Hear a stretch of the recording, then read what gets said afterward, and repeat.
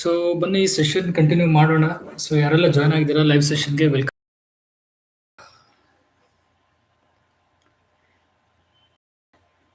So ಮುಖ್ಯವಾಗಿ ನೀವು ನೋಡಬಹುದು, ನನ್ನ ಸ್ಕ್ರೀನ್ ಮೇಲೆ ನಿಮಗೆ ಕಾಣಿಸ್ತಿರುವಂಥದ್ದು ಆಕ್ಚುಲಿ ನನ್ನ professional and as a scout, ಅಂದರೆ ನಾನು ಒಬ್ಬ ಸ್ಕೌಟ್ ಆಗಿ ಅವಾರ್ಡಿ ಅಂದರೆ ರಾಷ್ಟ್ರಪತಿ awardee and president awardee aspirant. So by profession I am food science and nutrition specialist and yoga instructor ಕೂಡ. ಸೊ ಮೇಯ್ನ್ ಆಗಿ ನಮ್ಮ ಪರ್ಪಸ್ ಅಂಡ್ ಲರ್ನಿಂಗ್ ಅಬ್ಜೆಕ್ಟಿವ್ ಏನು ಅಂದ್ರೆ, ಈ ನ್ಯೂಟ್ರಿಷನ್ ಎಜುಕೇಶನ್ ಪರ್ಪಸ್ ಏನಿದೆ, ಮೇನ್ ಅಜೆಂಡಾ ಏನು ಅನ್ನೋದನ್ನ ನಾವು ತಿಳ್ಕೊಳ್ಳೋಣ. ಸೊ ಮುಖ್ಯವಾಗಿ ಈ ನ್ಯೂಟ್ರಿಷನ್ ಅನ್ನೋತಕ್ಕಂಥದ್ದು ನಮಗೆ ತುಂಬಾನೇ ಅಮೂಲ್ಯವಾದಂಥದ್ದು. ಅಂದ್ರೆ it is very very important for our day to day life. ಅಂದ್ರೆ ಬಿಕಾಸ್ ನಾವು ಪ್ರತಿದಿನ ತಗೊಳ್ಳುವಂತ ಆಹಾರ ಸರಿ ಇದೆಯಾ ತಪ್ಪಿದೆಯಾ ಅಂತ ನಮ್ಗೆ ಗೊತ್ತಾಗಲ್ಲ. ಅದೇ ಯಾವ ರೀತಿ ನಾವು ತಿಳ್ಕೊಬೇಕು ಅಂದ್ರೆ by help of this nutritional aspects ಇಂದ. ಸೊ ಈ ಸೆಷನ್ ಔಟ್ಲೈನ್ ಅಲ್ಲಿ ನಾನು ನಿಮ್ಗೆ ಏನ್ ತಿಳಿಸ್ಕೊಡ್ತೀನಿ ಅಂದ್ರೆ, ಮುಖ್ಯವಾಗಿ ಬೇಸಿಕ್ ಪ್ರಿನ್ಸಿಪಲ್ಸ್ ಆಫ್ ನ್ಯೂಟ್ರಿಷನ್ ಅಂದ್ರೆ ಕ್ಯಾಲೋರೀಸ್ ಅಂದ್ರೆ ಏನು, ಫ್ಯಾಟ್ಸ್ ಅಂದ್ರೆ ಏನು, ಕಾರ್ಬೋಹೈಡ್ರೇಟ್ಸ್ ಅಂದ್ರೆ ಏನು, ಪ್ರೋಟೀನ್ಸ್ ಅಂದ್ರೆ ಏನು, ಇದೆಲ್ಲವನ್ನು ನಾನು ನಿಮಗೆ ತಿಳಿಸ್ಕೊಡ್ತೇನೆ. ಆಮೇಲೆ vitamins, minerals and their role in our body, ಅಂದ್ರೆ ಅದರ ರೋಲ್ ನಮ್ಮ ಬಾಡಿಯಲ್ಲಿ ಏನು ಅನ್ನೋದನ್ನ ತಿಳಿಸ್ತೇನೆ. ಆಮೇಲೆ ನ್ಯೂಟ್ರಿಷನಲ್ ಸೋರ್ಸಸ್ ಅಂದ್ರೆ ಯಾವ್ದೆಲ್ಲ ನ್ಯೂಟ್ರಿಷನಲ್ ಸೋರ್ಸಸ್, ನಾವು ಯಾವ ತರ ಆಹಾರಗಳನ್ನ ತಗೊಂಡ್ರೆ ನಮಗೆ ನ್ಯೂಟ್ರಿಷನಲ್ ಸೋರ್ಸಸ್ ಯಾವ ರೀತಿ ಸಿಗತ್ತೆ ಅನ್ನೋದನ್ನ ಕೂಡ ನಾನು ನಿಮ್ಗೆ ತಿಳಿಸ್ಕೊಡ್ತೇನೆ.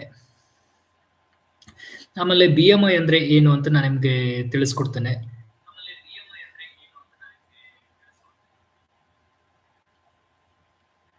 ಆಮೇಲೆ malnutrition and its effect ಅಂದ್ರೆ ಮಾಲ್ ನ್ಯೂಟ್ರಿಷನ್ ಅಂದ್ರೆ ಏನು, ಅದರ ಎಫೆಕ್ಟ್ಸ್ ಏನು ಅಂತ ತಿಳಿಸ್ತೇನೆ. Constituents of balanced diet and preparing food, ಇದು ಒಂದು ಇಂಪಾರ್ಟೆಂಟ್ ಆಸ್ಪೆಕ್ಟ್ ಆಗಿರುತ್ತೆ. ಅದಾದ ನಂತರ harm from certain types of food and drinks, ಅಂದ್ರೆ ಕೆಲವೊಂದು ಪದಾರ್ಥಗಳನ್ನ ತಿನ್ನೋದ್ರಿಂದ ಯಾವ ರೀತಿ ನಮ್ಮ ದೇಹದ ಮೇಲೆ ಹಾನಿ ಆಗ್ಬೋದು ಅನ್ನೋದನ್ನ ತಿಳಿಸ್ತೇನೆ. And alcoholic beverages like tea, coffee, etcetera other drinks, ಇದ್ರ ಬಗ್ಗೆ ನಾನು ನಿಮ್ಗೆ ತಿಳಿಸ್ತೇನೆ. ಅದಾದ ನಂತರ ಹೌ ಟು ಎಜುಕೇಟ್ ಪೀಪಲ್ ಆಯ್ತು. Disadvantages of bottle feeding for babies, ಅಂದ್ರೆ ಚಿಕ್ಕ ಇನ್ಫ್ಯಾಂಟ್ ಮಕ್ಕಳಿಗಳಿಗೆ, ಈ ಚಿಕ್ಕ ಪಾಪುಗಳಿಗೆ ಬಾಟಲ್ ಫೀಡಿಂಗ್ ಮಾಡ್ತಾರೆ. ಸೊ ಅದರಿಂದ ಆಗುವಂತ ಡಿಸ್ಅಡ್ವಾಂಟೇಜಸ್ ಏನು ಅನ್ನೋದು ತಿಳಿಸ್ತೇನೆ. Know your food labels before purchase and consumption, ಅಂದ್ರೆ ನೀವು ಪರ್ಚೇಸ್ ಮಾಡುವಂತ food label before purchase and consumption ಮುಖೇನ ಏನ್ ನೋಡಬೇಕು ಅನ್ನೋದನ್ನ ಕೂಡ ಈ ಎಂಟೈರ್ ಸೆಷನ್ ಅಲ್ಲಿ ನಾನು ನಿಮ್ಗೆ ತಿಳಿಸ್ಕೊಡ್ತೀನಿ. ಸೊ ಯಾರು ಸ್ಕಿಪ್ ಮಾಡಬೇಡಿ, ವಿಡಿಯೋನ ಕಂಪ್ಲೀಟ್ ಎಂಡ್ ವರೆಗೂ ವಾಚ್ ಮಾಡಿ. ಸೊ ಮೊದಲನೇದಾಗಿ ಇಂಟ್ರಡಕ್ಷನ್. ಸೊ ಆಹಾರ ಅಂದ್ರೆ ಏನು, ಸೊ ಬೇಸಿಕಲಿ ಫುಡ್ ಅಂದ್ರೆ ಏನು ಅಂತ ತಿಳ್ಕೊಳ್ಳೋಣ. So food is defined as any substance that provides nourishment for living organism, supporting growth, repair and vital processes. ಅಂದ್ರೆ ಆಹಾರ ಅನ್ನತಕ್ಕಂಥದ್ದು ಅದು ತುಂಬಾನೇ ಮುಖ್ಯವಾದಂತಹ ಪದಾರ್ಥ. ಅಂದ್ರೆ ಯಾತಕ್ಕೆ ಅಂದ್ರೆ ನಮ್ಮ ದೇಹವನ್ನ ನರಿಶ್ ಮಾಡ್ಲಿಕ್ಕೆ, ಅಂದ್ರೆ ಪ್ರತಿಯೊಂದು ಜೀವಿಗಳಿಗೆ ಆಹಾರ ಅಂತಕ್ಕಂಥದ್ದು ತುಂಬಾನೇ ಮುಖ್ಯವಾಗಿರುತ್ತೆ. ಸೊ ಯಾಕೆ, supporting growth, body cells repair ಮಾಡ್ಲಿಕ್ಕೆ, ವೈಟಲ್ ಪ್ರೊಸೆಸ್ ಅಂದ್ರೆ ನಮ್ಮ ಪ್ರತಿಯೊಂದು ಅಂಗಗಳಿಗೆ ಚೆನ್ನಾಗಿ ಶಕ್ತಿ ಸಿಗ್ಲಿಕ್ಕೆ ಆಹಾರ ಅನ್ನೋದು ತುಂಬಾ ಮುಖ್ಯ ಆಗುತ್ತೆ. ನೆಕ್ಸ್ಟ್ ಏನು, ನ್ಯೂಟ್ರಿಯೆಂಟ್ಸ್. ಸೊ ನ್ಯೂಟ್ರಿಯೆಂಟ್ಸ್ ಅಂದ್ರೆ ಏನು, the substances that can be digested and used by the body. ಅಂದ್ರೆ ನ್ಯೂಟ್ರಿಯೆಂಟ್ಸ್ ಅಂದ್ರೆ ಇವು ಒಂದು ನಮ್ಮ ಆಹಾರದಲ್ಲಿ ಸಿಗುವಂತ ಪೌಷ್ಟಿಕಾಂಶಗಳು. ಇದೇನ್ ಮಾಡುತ್ತೆ ಅಂದ್ರೆ ನಮ್ಮ ದೇಹದಲ್ಲಿ ಜೀರ್ಣ ಆಗಿ ನಮ್ಮ ಬಾಡಿ ಅಬ್ಸರ್ವ್ ಆಗುವಂತದ್ದು. ನೆಕ್ಸ್ಟ್ ನೋಡೋದಾದ್ರೆ, ನೆಕ್ಸ್ಟ್ ಬಂದು ಎಲಿಮೆಂಟ್ಸ್. ಎಲಿಮೆಂಟ್ಸ್ ಅಂದ್ರೆ ಏನು, all nutrients R made up of elements, they are simple substance that cannot be broken down into anything simpler. So elements ಅಂದ್ರೆ ಇದೊಂದು ಸಿಂಪಲ್ ಸಬ್ಸ್ಟೆನ್ಸ್ ಆಗಿರುತ್ತೆ, ಯಾವ್ದು ಬ್ರೋಕನ್ ಡೌನ್ ಮಾಡ್ಲಿಕ್ಕೆ ಆಗಿರಲ್ಲ ಅಂತದ್ದು, ಅದನ್ನ ನಾವು ಎಲಿಮೆಂಟ್ಸ್ ಅಂತ ಕರಿತೀವಿ.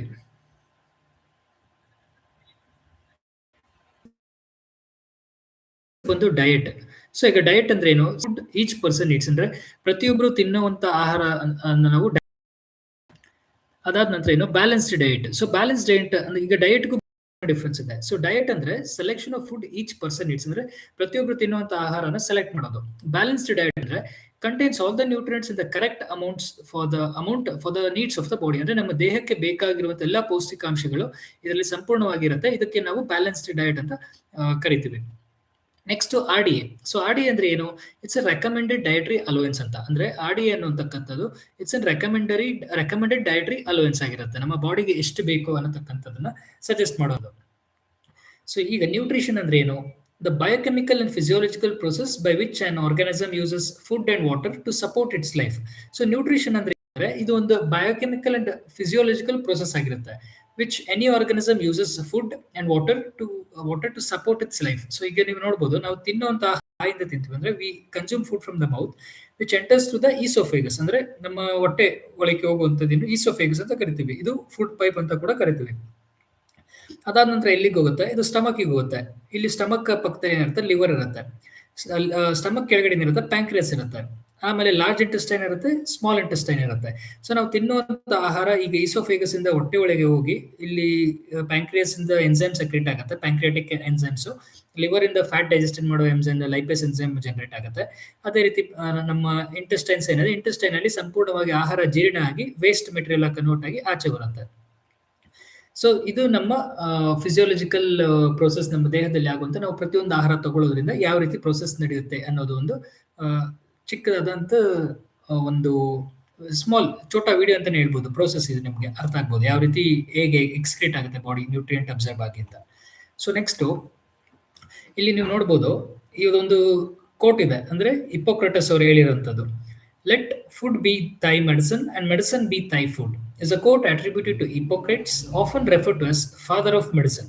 ಸೊ ಹಿಪ್ಪೋಕ್ರೇಟ್ಸ್ ನ ಫಾದರ್ ಆಫ್ ಮೆಡಿಸಿನ್ ಅಂತ ಕರೀತಾರೆ. ಯಾಕೆ ಕರೀತಾರೆ ಅಂತ ಅಂದ್ರೆ, ಅವರು ಹೇಳಿರುವಂತ quote let food be thy medicine and medicine be thy food. ಅಂದ್ರೆ ಅವ್ರು ಏನ್ ಹೇಳ್ತಿದಾರೆ ಅಂತಂದ್ರೆ, ಯಾವತ್ತೇ ಕೂಡ ಆಹಾರ ನಮ್ಮ ಮೆಡಿಸಿನ್ ಆಗ್ಬೇಕು, ಮೆಡಿಸಿನ್ ನಮ್ಮ ಆಹಾರ ಆಗ್ಬಾರ್ದು ಅಂತ ತಿಳಿಸ್ಕೊಟ್ಟಿದ್ದಾರೆ. ಸೊ ಮೀನಿಂಗ್ ಏನು? This quote emphasizes the idea that healthy diet is crucial for both preventing and treating illness. Always food should be medicine and medicine should not become our regular food. So ನಾವು ತಗೊಳ್ಳುವಂತ ಆಹಾರ ನಮಗೆ medicine ಆಗಿ work ಮಾಡಬೇಕು. ಇದು ಯಾವುದೇ ಆಹಾರ ಆಗಲಿ, ಅದು ನಮಗೆ ಮೆಡಿಸನ್ ಆಗಿ ದೇಹಕ್ಕೆ ಸಹಾಯ ಮಾಡುವಂತಾಗಿರ್ಬೇಕು. ಅದು ಬಿಟ್ಟು ಮೆಡಿಸನ್ ನಮ್ಮ ದೇಹಕ್ಕೆ ಅನುಗುಣವಾಗಿ ಅದರಿಂದ ನಮಗೆ ಯೂಸ್ ಆಗೋ ತರ ಆಗ್ಬಾರ್ದು. ಸೊ ನೋಡಿ, ಫುಡ್ ನಮಗೆ ಮೆಡಿಸಿನ್ ಆದ್ರೆ ನಮ್ಮ ದೇಹ ಚೆನ್ನಾಗಿರುತ್ತೆ, ಅದೇ ಮೆಡಿಸಿನ್ ನಮಗೆ ಫುಡ್ ಆದ್ರೆ ಹೆಲ್ತ್ ಕೇರ್ಗೆ ಹೋಗ್ಬೇಕಾಗತ್ತೆ. ಸೊ ಹಾಗಿದ್ರೆ ಮುಖ್ಯವಾಗಿ ಯಾವೆಲ್ಲ ಆಹಾರಗಳು ಯಾವ ರೀತಿ ಮೆಡಿಸಿನ್ ಆಗಿ ವರ್ಕ್ ಮಾಡುತ್ತೆ ಅಂದ್ರೆ, ಕ್ಯಾರೆಟ್, ಇದರಲ್ಲಿ ಬೀಟಾ ಕೆರೋಟಿನ್ ಅನ್ನತಕ್ಕಂಥದ್ದು ಯಥೇಚ್ಛವಾಗಿರುತ್ತೆ. ಸೊ ನಮ್ಮ ಕಣ್ಣುಗಳಿಗೆ ತುಂಬಾನೇ ಸಹಾಯ ಆಗುತ್ತೆ, ಬಿಕಾಸ್ ಕಣ್ಣುಗಳಿಗೆ ರೆಟಿನಾಲ್ ಬೇಕು. ಸೊ ಕ್ಯಾರೆಟ್ ಅಲ್ಲಿ ಬೀಟಾ ಕೆರೋಟಿನ್, ರೆಟಿನಾಲ್ ಕಂಟೆಂಟ್ ತುಂಬಾ ಯಥೇಚ್ಛವಾಗಿ, ಅಂದ್ರೆ ವೈಟಮಿನ್ ಇ ಕಂಟೆಂಟ್ ಜಾಸ್ತಿ ಇರುತ್ತೆ. ಆಮೇಲೆ ಬ್ಲೂಬೆರೀಸ್, ಇದು ನಮ್ಮ ಬ್ರೈನ್ ಡೆವಲಪ್ಮೆಂಟ್ಗೆ ತುಂಬಾ ನೆನಪಿನ ಶಕ್ತಿಗೆ ಸಹಾಯ ಮಾಡುತ್ತೆ. ವಾಲ್ನಟ್ಸ್, ಇದು ನಮ್ಮ ಹೃದಯಕ್ಕೆ ಸಹಾಯ ಮಾಡುತ್ತೆ, ಗುಡ್ ಕೊಲೆಸ್ಟ್ರಾಲ್ ಇರುತ್ತೆ ಅದಕ್ಕೆ. ಬ್ರಾಕ್ಲಿ, ಇದು ಬಂದು ನಮ್ಮ ಪ್ಯಾಂಕ್ರಿಯಾಸಿಗೆ ಸಹಾಯ ಮಾಡುತ್ತೆ, ಅಂದ್ರೆ ಪ್ಯಾಂಕ್ರಿಯಾಟಿಕ್ ಎನ್ಸೈಮ್ಸ್ ಲೈಕ್ ಇನ್ಸುಲಿನ್ ಅದನ್ನೆಲ್ಲ ಉತ್ಪಾದನೆ ಮಾಡ್ಲಿಕ್ಕೆ ಸಹಾಯ ಮಾಡುತ್ತೆ. ಅದೇ ರೀತಿ ಕ್ರಾನ್ಬೆರೀಸ್, ಇದು ನಮ್ಮ ಕಿಡ್ನಿ ಫಂಕ್ಷನ್ಗೆ ಚೆನ್ನಾಗಿ ಸಹಾಯ ಮಾಡುತ್ತೆ. ಬೀಟ್ರೂಟ್ ನಮ್ಮ ಲಂಗ್ಸ್ ಗಳಿಗೆ ತುಂಬಾ ಉಸಿರಾಟ ತೊಂದರೆ ಏನೇ ಬರ್ದಂಗೆ ಕಾಪಾಡುತ್ತೆ. ಯೋಗಟ್, ಇದು ನಮ್ಮ ಸ್ಟಮಕ್ ಅಲ್ಲಿ ಇರುವಂತ ಬ್ಯಾಕ್ಟೀರಿಯಾಸ್ ಇರ್ತವೆ, ಒಳ್ಳೆ ಬ್ಯಾಕ್ಟೀರಿಯಾಸ್, ಅದನ್ನ ಯಥೇಚ್ಛವಾಗಿ ಬೆಳೆಸಲಿಕ್ಕೆ ಕಾಪಾಡಲಿಕ್ಕೆ ಸಹಾಯ ಮಾಡುತ್ತೆ. ಫ್ಲಾಕ್ಸ್ ಸೀಡು ಬ್ರೆಸ್ಟ್ಗೆ ಸಹಾಯ ಮಾಡುತ್ತೆ. ಸೊ ಇದು as a food, as a medicine ಆಗಿ ಕನ್ಸ್ಯೂಮ್ ಮಾಡಬೇಕು ಅಂತ ಹಿಪ್ಪೋಕ್ರೇಟಸ್ ಅವರು ತಿಳಿಸಿರುವಂತದ್ದು. ಸೊ ಹಾಗಿದ್ರೆ ಆಲ್ಫಾಬೆಟ್ಸ್ ಆಫ್ ನ್ಯೂಟ್ರಿಷನ್ ಅಂದ್ರೆ ನಮ್ಮ ನ್ಯೂಟ್ರಿಷನ್ ನಲ್ಲಿ ಇರುವಂತ ಆಲ್ಫಾಬೆಟ್ ಏನೆಲ್ಲ ಅಂತ ನೋಡೋಣ ಬನ್ನಿ. ಸೊ ಬೇಸಿಕಲಿ ನಮ್ಮ ಫುಡ್ ಅಲ್ಲಿ ಅಂದ್ರೆ ಆಲ್ಫಾಬೆಟಿಕಲ್ ಆರ್ಡರ್ ಅಲ್ಲಿ ಹೇಳ್ಬೇಕು ಅಂದ್ರೆ ಯಾವ ತರ ನ್ಯೂಟ್ರಿಷನಲ್ ಆಹಾರಗಳು ಇರುತ್ತೆ ನಮ್ಮ ಫುಡ್ ಅಲ್ಲಿ ಅಂತ ಅಂದ್ರೆ, ಮೊದಲನೇದಾಗಿ ಎ ಫಾರ್ ಏನು? ಎ ಫಾರ್ ಆಕ್ಟಿವಿಟಿ ಇದೆ.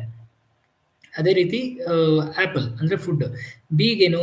ನಾವು ನಮ್ಮ ನ್ಯೂಟ್ರಿಷನ್ ಅಂದ್ರೆ ನಮ್ಮ ಬಾಡಿನ ಚೆನ್ನಾಗಿ ಇಟ್ಕೋಬೇಕು ಅಂದ್ರೆ ನಾವು ಎ ಟು ಝೆಡ್ ನ ಫಾಲೋ ಮಾಡಬೇಕು. ಸೊ ಎ ಬಂದು ಆಕ್ಟಿವಿಟಿ ಮಾಡಬೇಕು, ಬಿ ಬಂದು ಬ್ಯಾಲೆನ್ಸ್ ಡಯಟ್ ಅಂದ್ರೆ ನಾವು ಬ್ಯಾಲೆನ್ಸ್ಡ್ ಡಯಟ್ ನ ಅಂತ ಬ್ಯಾಲೆನ್ಸ್ಡ್ ಆಗಿರುವಂತ ಫುಡ್ ನ ತಿನ್ಬೇಕು ಚೆನ್ನಾಗಿರ್ಲಿಕ್ಕೆ. ಸಿ ಬಂದು ಕ್ಯಾಲ್ಸಿಯಂ, ಅಂದ್ರೆ ನಮಗೆ ಮಿನರಲ್, ಬೋನ್ಗೆ ಹಲ್ಲುಗಳಿಗೆ ಬೇಕಿರುವಂತ ಮೋಸ್ಟ್ ಇಂಪಾರ್ಟೆಂಟ್ ಆಸ್ಪೆಕ್ಟ್ ಯಾವುದು ಅಂದ್ರೆ ಕ್ಯಾಲ್ಸಿಯಂ. ನೆಕ್ಸ್ಟ್ ಡಿ ಬಂದು ಡಯಟ್ರಿ ಫೈಬರ್, ಅಂದ್ರೆ ನಾರು, ಫೈಬರ್ ಅಂಶ ಅಂತ ಏನ್ ಕರಿತೀವಿ, ಈ ಅಂಶ. ನೆಕ್ಸ್ಟ್ ಇ ಬಂದು ಎಗ್, ಅಂದ್ರೆ ಮೊಟ್ಟೆ. ನಾವು ಪ್ರೋಟೀನ್ ಕಂಟೆಂಟ್ ಏನು ಬೇಕು ಅಂತ ಕೇಳ್ತೀವಲ್ಲ, ಸೊ ಈ ಪ್ರೋಟೀನ್ ಕಂಟೆಂಟ್ ಯಥೇಚ್ಛವಾಗಿರೋದು ಯಾವ್ದ್ರಲ್ಲಿ ಅಂದ್ರೆ ಅದು ಮೊಟ್ಟೆಯಲ್ಲಿ ನಮಗೆ ಪ್ರೋಟೀನ್ ಕಂಟೆಂಟ್ ಸಿಗುತ್ತೆ. ನೆಕ್ಸ್ಟ್ ಎಫ್ ಬಂದು ಫ್ಯಾಟಿ ಫುಡ್ಸ್. ಸೊ ನಮ್ಮ ಬಾಡಿಗೆ ಫ್ಯಾಟ್ ಕೂಡ ಬೇಕಲ್ಲ, ಸೊ ಫ್ಯಾಟಿ ಫುಡ್ಸ್ ಕನ್ಸ್ಯೂಮ್ ಮಾಡ್ಬೇಕಾಗುತ್ತೆ. ನೆಕ್ಸ್ಟ್ ಬಂದು ಜಿ ಅಂತ ಹೇಳಿದ್ರೆ ಗ್ರೀನ್ ಲೀಫಿ ವೆಜಿಟೇಬಲ್ಸ್, ಜಿ ಬಂದು. ಅದೇ ರೀತಿ ಎಚ್ ಬಂದು ಹೈಜಿನ್, ಅಂದ್ರೆ ನಾವು ಪ್ರತಿನಿತ್ಯ ಊಟ ಮಾಡೋಕ್ಕಾಗ್ಲಿ ಇಲ್ಲ ಏನಾದ್ರು ತಿನ್ನೋಕ್ ಮುಂಚೆ ಚೆನ್ನಾಗಿ ನಮ್ಮ ಹ್ಯಾಂಡ್ ವಾಶ್ ನ ಮಾಡ್ಕೋಬೇಕಾಗತ್ತೆ. ಯಾಕೆಂತಂದ್ರೆ ಅದರಲ್ಲಿರುವಂತ ಬ್ಯಾಕ್ಟೀರಿಯಾ ವೈರಸ್ಗಳು ನಮ್ಮ ಬಾಡಿಗೆ ಯಾವುದೇ ರೀತಿ ಹೋಗ್ಬಾರ್ದು, ಹಂಗಾಗಿ ಕಾಪಾಡ್ಕೋಬೇಕು. ನೆಕ್ಸ್ಟ್ ಬಂದು ಐ ಫಾರ್ ಐರನ್. ಐರನ್ ಬಂದು ನಮ್ಮ ಬ್ಲಡ್, ಹಿಮೋಗ್ಲೋಬಿನ್ ಇದಕ್ಕೆಲ್ಲ ಸಹಾಯ ಮಾಡುತ್ತೆ. ನೆಕ್ಸ್ಟ್ ಬಂದು ಜೆ ಅಂದ್ರೆ ಜಂಕ್ ಫುಡ್. ಇದನ್ನ ನಾವು ಆದಷ್ಟು ಅವಾಯ್ಡ್ ಮಾಡಬೇಕು. 90 to 95% ಅವಾಯ್ಡ್ ಮಾಡಿದಷ್ಟು ನಮ್ಮ ದೇಹಕ್ಕೆ ತುಂಬಾನೇ ಸಹಾಯ ಆಗುತ್ತೆ. ನೆಕ್ಸ್ಟ್ ಬಂದು ಕೆ. ಸೊ ಕೆ ಬಂದು ಕ್ವಾಶಿಯರ್ಕ ಅಂದ್ರೆ ಇದು ಒಂದು ಮೆಟಬಾಲಿಕ್ ಡಿಸಾರ್ಡರ್. ಬಿಕಾಸ್ ಇದು ಯಾಕೆ ಬರುತ್ತೆ ಅಂತಂದ್ರೆ ಪ್ರೋಟೀನ್ ಡೆಫಿಷಿಯನ್ಸಿಯಿಂದ ಬರುತ್ತೆ. ನೆಕ್ಸ್ಟ್ ಬಂದು ಲೆಗ್ಯೂಮ್ಸ್ ಅಂದ್ರೆ ಕಾಳು, ತರಕಾರಿಗಳು, ಸೊಪ್ಪುಗಳು ಇವು. ಅದಾದ ನಂತರ ಎಂ ಫಾರ್ ಮಿಲ್ಕ್ ಅಥವಾ ಮಿಲೆಟ್ಸ್ ಅಂದ್ರೆ ಹಾಲು ಅಥವಾ ಈ ಮಿಲೆಟ್ಸ್ ಅಂತ ಏನ್ ಕರಿತೀವಿ, ಫಿಂಗರ್ ಮಿಲೆಟ್ಸ್, ಸಬ್ಜೆ, ನವಣೆ ಈ ತರ. ಎನ್ ಬಂದು ನಟ್ಸ್ ಅಂದ್ರೆ ಎಲ್ಲಾ ತರ ಕಾಳುಗಳು. ನೆಕ್ಸ್ಟ್ ಓ ಬಂದು ಒಬೆಸಿಟಿ ಅಂದ್ರೆ ಒಬೆಸಿಟಿ ಅನ್ನುವಂತಕ್ಕಂಥದ್ದು ಒಂದು ಡಿಸೀಸ್ ಆಗ್ಬಿಟ್ಟಿದೆ ಈಗಿನ ಕಾಲದಲ್ಲಿ. ಆಕ್ಚುಲಿ ಹೇಳ್ಬೇಕಾದ್ರೆ it's a lifestyle disorder ಅದು, ಅಂದ್ರೆ ಹೊಟ್ಟೆ ಬೊಜ್ಜು. Next P for protein, Q for quit bad habits ಅಂದ್ರೆ ಯಾವುದೇ bad habits like smoking, drinking ಇರೋದನ್ನ ಕ್ವಿಟ್ ಮಾಡಬೇಕು. Next R for riboflavin, S for salt, T for traditional foods ಅಂದ್ರೆ traditional foods ನಾವು ಮನೇಲಿ ಮಾಡಿರುವಂತಹ ಆಹಾರ ಆಗಲಿ ಯಾವುದೇ ಆಗಲಿ ಇದಾಗಿರುತ್ತೆ. Next U for unite for health ಅಂದ್ರೆ ಎಲ್ಲರೂ ಒಗ್ಗಟ್ಟಾಗಿ ಹೆಲ್ತ್ ಒಳ್ಳೆ ಆರೋಗ್ಯಕ್ಕೋಸ್ಕರ ನಾವು ಯುನೈಟ್ ಆಗಿರ್ಬೇಕು. ವಿ ಫಾರ್ ವೈಟಮಿನ್ಸ್ ಅಂದ್ರೆ ವೈಟಮಿನ್ಸ್ ಯಥೇಚ್ಛವಾಗಿ ತಗೊಳ್ಬೇಕು. ಡಬ್ಲ್ಯೂ ಫಾರ್ ವಾಟರ್ ತುಂಬಾನೇ ಎಸೆನ್ಷಿಯಲ್ ಕಾಂಪೊನೆಂಟ್, ಬಿಕಾಸ್ ನೀರಿನಿಂದನೇ ಜೀವ. ಸೊ ಹಂಗಾಗಿ ನಾವು ವಾಟರ್ನ ತುಂಬಾ ಯಥೇಚ್ಛವಾಗಿ ಬಳಸಬೇಕಾಗತ್ತೆ. ನೆಕ್ಸ್ಟ್ ಎಕ್ಸ್ ಬಂದು ಎಕ್ಸಸೈಸ್. ಸೊ ಎಕ್ಸಸೈಸ್ ಚೆನ್ನಾಗಿ ಮಾಡಬೇಕಾಗುತ್ತೆ. ವೈ ಫಾರ್ ಯೋಗ ಪ್ರಾಕ್ಟೀಸ್ ಮಾಡೋಣ ತುಂಬಾನೇ ಸಹಾಯ ಆಗುತ್ತೆ. ನೆಕ್ಸ್ಟ್ ಝೆಡ್ ಫಾರ್ ಜಿಂಕ್ ಅಂದ್ರೆ ನಮ್ಮ ಬಾಡಿ ಇಮ್ಯುನಿಟಿ ಸಿಸ್ಟಮ್ಗೆ ಎಲ್ಲದಕ್ಕೂ ಕೂಡ ಸಹಾಯ ಮಾಡೋದು ಯಾವುದು ಅಂತಂದ್ರೆ ಈ ಜಿಂಕ್ ಕಂಟೆಂಟ್ ಅನ್ನೋತಕ್ಕಂಥದ್ದು. ಸೊ ಇದಾಗಿತ್ತು ನಮ್ಮ ನ್ಯೂಟ್ರಿಷನ್. ಅಂದ್ರೆ ನಮ್ಮ ನ್ಯೂಟ್ರಿಷನ್ ಅಲ್ಲಿ ಕರೆಯುವಂತ ಆಲ್ಫಾಬೆಟ್ಸ್ ಏನು ಅಂತಂದ್ರೆ ಈ ಎ ಟು ಝೆಡ್ ನಾವು ಫಾಲೋ ಮಾಡಿದ್ರೆ ನಮ್ಮ ಬಾಡಿ ತುಂಬಾ ಚೆನ್ನಾಗಿ ಇರುತ್ತೆ, ಹೆಲ್ತಿಯಾಗಿ. ಸೊ ನೆಕ್ಸ್ಟ್ ನೋಡೋಣ. ಸೊ ಈಗ ಬೇಸಿಕ್ ಪ್ರಿನ್ಸಿಪಲ್ಸ್ ಆಫ್ ನ್ಯೂಟ್ರಿಷನ್ ಅಂದ್ರೆ basic principles of nutrition. What is nutrition? Nutrition, the study of food, including how food nourishes our body by influencing the health and related nutrition, is a new discipline of science. ಅಂದ್ರೆ ಈ nutrition ಅನ್ನತಕ್ಕಂಥದ್ದು it's a study. ಅಂದ್ರೆ ನಮ್ಮ ದೇಹಕ್ಕೆ ನಾವು ತಗೊಳ್ಳುವಂತ ಆಹಾರ ಯಾವ ರೀತಿ ನಮ್ಮ ದೇಹಕ್ಕೆ ಶಕ್ತಿ ಕೊಡುತ್ತೆ, ಯಾವ ರೀತಿ ನಮ್ಮ ದೇಹದ ಮಾಂಸಗಳಾಗ್ಲಿ, ನಮ್ಮ ದೇಹದಲ್ಲಿರುವಂತಹ ಸೆಲ್ಗಳಾಗ್ಲಿ, ಆರ್ಗನ್ ಆಗಲಿ ಫಂಕ್ಷನ್ ಮಾಡುತ್ತೆ ಅನ್ನೋದು ತಿಳಿಸ್ಕೊಡ್ಲಿಕ್ಕೆ ಈ ನ್ಯೂಟ್ರಿಷನ್ ಅಂತ ಕರಿತೀವಿ. Why is nutrition important? ಈ ನ್ಯೂಟ್ರಿಷನ್ ಯಾಕೆ ಇಂಪಾರ್ಟೆಂಟ್ ನಮಗೆ? Contributes to wellness the absence of disease ಅಂದ್ರೆ ಯಾವುದೇ ರೀತಿ ಕಾಯಿಲೆಗಳು ಬರ್ದೇ ಇದ್ದಂಗೆ ಕಾಪಾಡ್ಲಿಕ್ಕೋಸ್ಕರ. Contributes to wellness, physical, emotional, spiritual health ಅಂದ್ರೆ ಫಿಸಿಕಲ್ ಆಗಿ, ಎಮೋಷನಲ್ ಆಗಿ, ಸ್ಪಿರಿಚುವಲ್ ಹೆಲ್ತ್ಗೋಸ್ಕರ. And critical components of wellness, nutrition and physical activity ಅಂದ್ರೆ ಕ್ರಿಟಿಕಲ್ ಕಾಂಪೋನೆಂಟ್ಸ್ ನಮ್ಮ ವೆಲ್ನೆಸ್ಗೆ ಏನ್ ಬೇಕಿದೆ ಅದನ್ನ. ಅದಾದ ನಂತರ water nutrients, the chemicals in foods that are critical to human function. ಅಂದ್ರೆ ನ್ಯೂಟ್ರಿಯೆಂಟ್ಸ್ ಅಂದ್ರೆ which are critical for growth and function ಅಂದ್ರೆ ನಮ್ಮ ಬಾಡಿ ದೇಹಕ್ಕೆ ಬೆಳವಣಿಗೆ ಆಗಲಿಕ್ಕೆ ಬೇಕಿರುವಂತದ್ದು. Next essential nutrients critical to the body function normally they are include below the compounds. ಅಂದ್ರೆ essential nutrients ನಾವು ಪ್ರತಿನಿತ್ಯ ತಗೊಳ್ಬೇಕಾಗಿರುವಂತಹ ಎಸೆನ್ಷಿಯಲ್ ನ್ಯೂಟ್ರಿಯೆಂಟ್ಸ್ ಅದು ಯಾವ್ದಲ್ಲ ಅಂತಂದ್ರೆ ಕಾರ್ಬೋಹೈಡ್ರೇಟ್ಸ್. ಸೊ ಈ ಕಾರ್ಬೋಹೈಡ್ರೇಟ್ಸ್ ಅಂದ್ರೆ ಮುಖ್ಯವಾಗಿ ಕಾರ್ಬೋಹೈಡ್ರೇಟ್ಸ್ ಅಂದ್ರೆ they are made up of sugars and fibres. So ಈಗ ಜನರಲಿ ಹೇಳ್ಬೇಕು ಅಂತಂದ್ರೆ people who are prone two diabetes ಅಂದ್ರೆ ಡಯಾಬಿಟಿಸ್ ಇರುವಂತವ್ರು ಏನ್ ಮಾಡ್ತಾರೆ, ಕಾರ್ಬೋಹೈಡ್ರೇಟ್ ಫುಡ್ಗಳನ್ನ ಅವಾಯ್ಡ್ ಮಾಡ್ತಾರೆ. ಸೊ ಅವ್ರ ಮೈಂಡ್ ಸೆಟ್ ಅಲ್ಲಿ ಏನಿರುತ್ತೆ ಅಂದ್ರೆ ಇದರಲ್ಲಿ ಶುಗರ್ ಜಾಸ್ತಿ ಇರುತ್ತೆ, ತಿಂದ್ರೆ ಕಾರ್ಬೋಹೈಡ್ರೇಟ್ ಜಾಸ್ತಿ ಆಗುತ್ತೆ ನನ್ನ ಬಾಡಿಗೆ ಅಂತ. ಬಟ್ ಆಕ್ಚುಲಿ ಹೇಳ್ಬೇಕು ಅಂತಂದ್ರೆ ಕಾರ್ಬೋಹೈಡ್ರೇಟ್ ಅಲ್ಲಿ 2 ಟೈಪ್ ಇರುತ್ತೆ. ಒಂದು ಫೈಬರ್, ಇನ್ನೊಂದು ಬಂದು ಶುಗರ್ಸ್. ಸೊ ಶುಗರ್ಸ್ ಯಾರು ಕನ್ಸ್ಯೂಮ್ ಮಾಡ್ತಾರೆ ಅವರಿಗೆ ಯಥೇಚ್ಛವಾಗಿ ಡಯಾಬಿಟಿಸ್ ಅಥವಾ ಇನ್ಸುಲಿನ್ ಉತ್ಪಾದನೆ ಆಗೋದು ದೇಹದಲ್ಲಿ ಕಡಿಮೆ ಆದಾಗ ಡಯಾಬಿಟಿಸ್ ಇರುವಂತಹ ಕಂಡೀಷನ್ ಏನಾಗುತ್ತೆ, ಬ್ಲಡ್ ಶುಗರ್ ಲೆವೆಲ್ಸ್ ಸ್ಪೈಕ್ ಆಗುತ್ತೆ. ಅದೇ ಅವರು ಫೈಬರ್ ಕನ್ಸ್ಯೂಮ್ ಮಾಡಿದಾಗ ಕಾರ್ಬೋಹೈಡ್ರೇಟ್ ಫಾರ್ಮ್ ಅಲ್ಲಿ ಅದು ಅವರ ಬ್ಲಡ್ ಶುಗರ್ ಲೆವೆಲ್ ನ ರೆಗ್ಯುಲೇಟ್ ಮಾಡ್ಲಿಕ್ಕೆ ಸಹಾಯ ಮಾಡುತ್ತೆ, ಅಂದ್ರೆ ಕಂಟ್ರೋಲ್ ಅಲ್ಲಿ ಇಡುತ್ತೆ. ಸೊ ಕಾರ್ಬೋಹೈಡ್ರೇಟ್ಸ್ ಇದು ನಮ್ಮ ಮೇಜರ್ ನ್ಯೂಟ್ರಿಯೆಂಟ್ ಆಗಿರುತ್ತೆ. ಬಿಕಾಸ್ ನಮಗೆ ಪ್ರತಿನಿತ್ಯ ಎನರ್ಜಿ ಬೇಕು, ವಾಕ್ ಮಾಡ್ಲಿಕ್ಕಾಗ್ಲಿ ಅಥವಾ ಏನಾದ್ರು ವರ್ಕ್ ಮಾಡ್ಲಿಕ್ಕಾಗಲಿ ಎನರ್ಜಿ ಬೇಕು ಅನ್ನೋದು ಎಲ್ಲಿಂದ ಸಿಗುತ್ತೆ ಅಂದ್ರೆ ನಮಗೆ ಕಾರ್ಬೋಹೈಡ್ರೇಟ್ಸ್ ಇಂದ ಸಿಗುತ್ತೆ. ಸೆಕೆಂಡ್ ಬಂದು ವೈಟಮಿನ್ಸ್. ಈ ವೈಟಮಿನ್ಸ್ ಅಂದ್ರೆ ನಮಗೆ ಮೋಸ್ಟ್ ಎಸೆನ್ಷಿಯಲ್. ಬಿಕಾಸ್ ಯಾಕೆ ಅಂತಂದ್ರೆ ನಮ್ಮ ನಾರ್ಮಲ್ ಫಂಕ್ಷನಿಂಗ್ ಲೈಕ್ ಐಸ್ಗೆ ವಿಟಮಿನ್ ಎ ಬೇಕು, ನಮ್ಮ ಕಣ್ಣು ಚೆನ್ನಾಗಿ ಕಾಣಬೇಕು, ದೃಷ್ಟಿ ಚೆನ್ನಾಗಿರ್ಬೇಕು ಅಂದ್ರೆ ವೈಟಮಿನ್ಸ್ ಬೇಕು.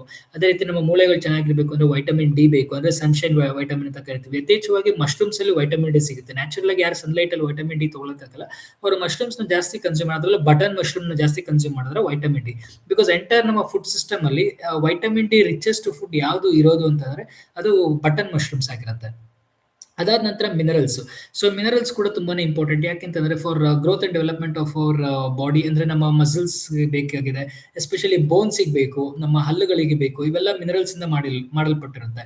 ಸೊ ಹಂಗಾಗಿ ನೀವು ನೋಡಿರ್ಬೋದು ನಮ್ಮ ಹಲ್ಲುಗಳು ಯಾಕೆ ವೈಟ್ ಆಗಿರುತ್ತೆ ಅಂತ, because it contains calcium, phosphorus and some parts of other trace minerals like magnesium, sulphate etcetera ಇವೆಲ್ಲ ಇರುತ್ತೆ. ಬಟ್ ಮೇಜರ್ ನಮ್ಮ ಬೋನ್ಸ್, ಟೀತ್ ಕಂಪೋಸ್ಡ್ ಏನ್ ಅಂತಂದ್ರೆ ಮಿನರಲ್ಸ್ ಅಲ್ಲಿ ಕ್ಯಾಲ್ಸಿಯಂ, ಫಾಸ್ಫರಸ್ ಆಗಿರುತ್ತೆ.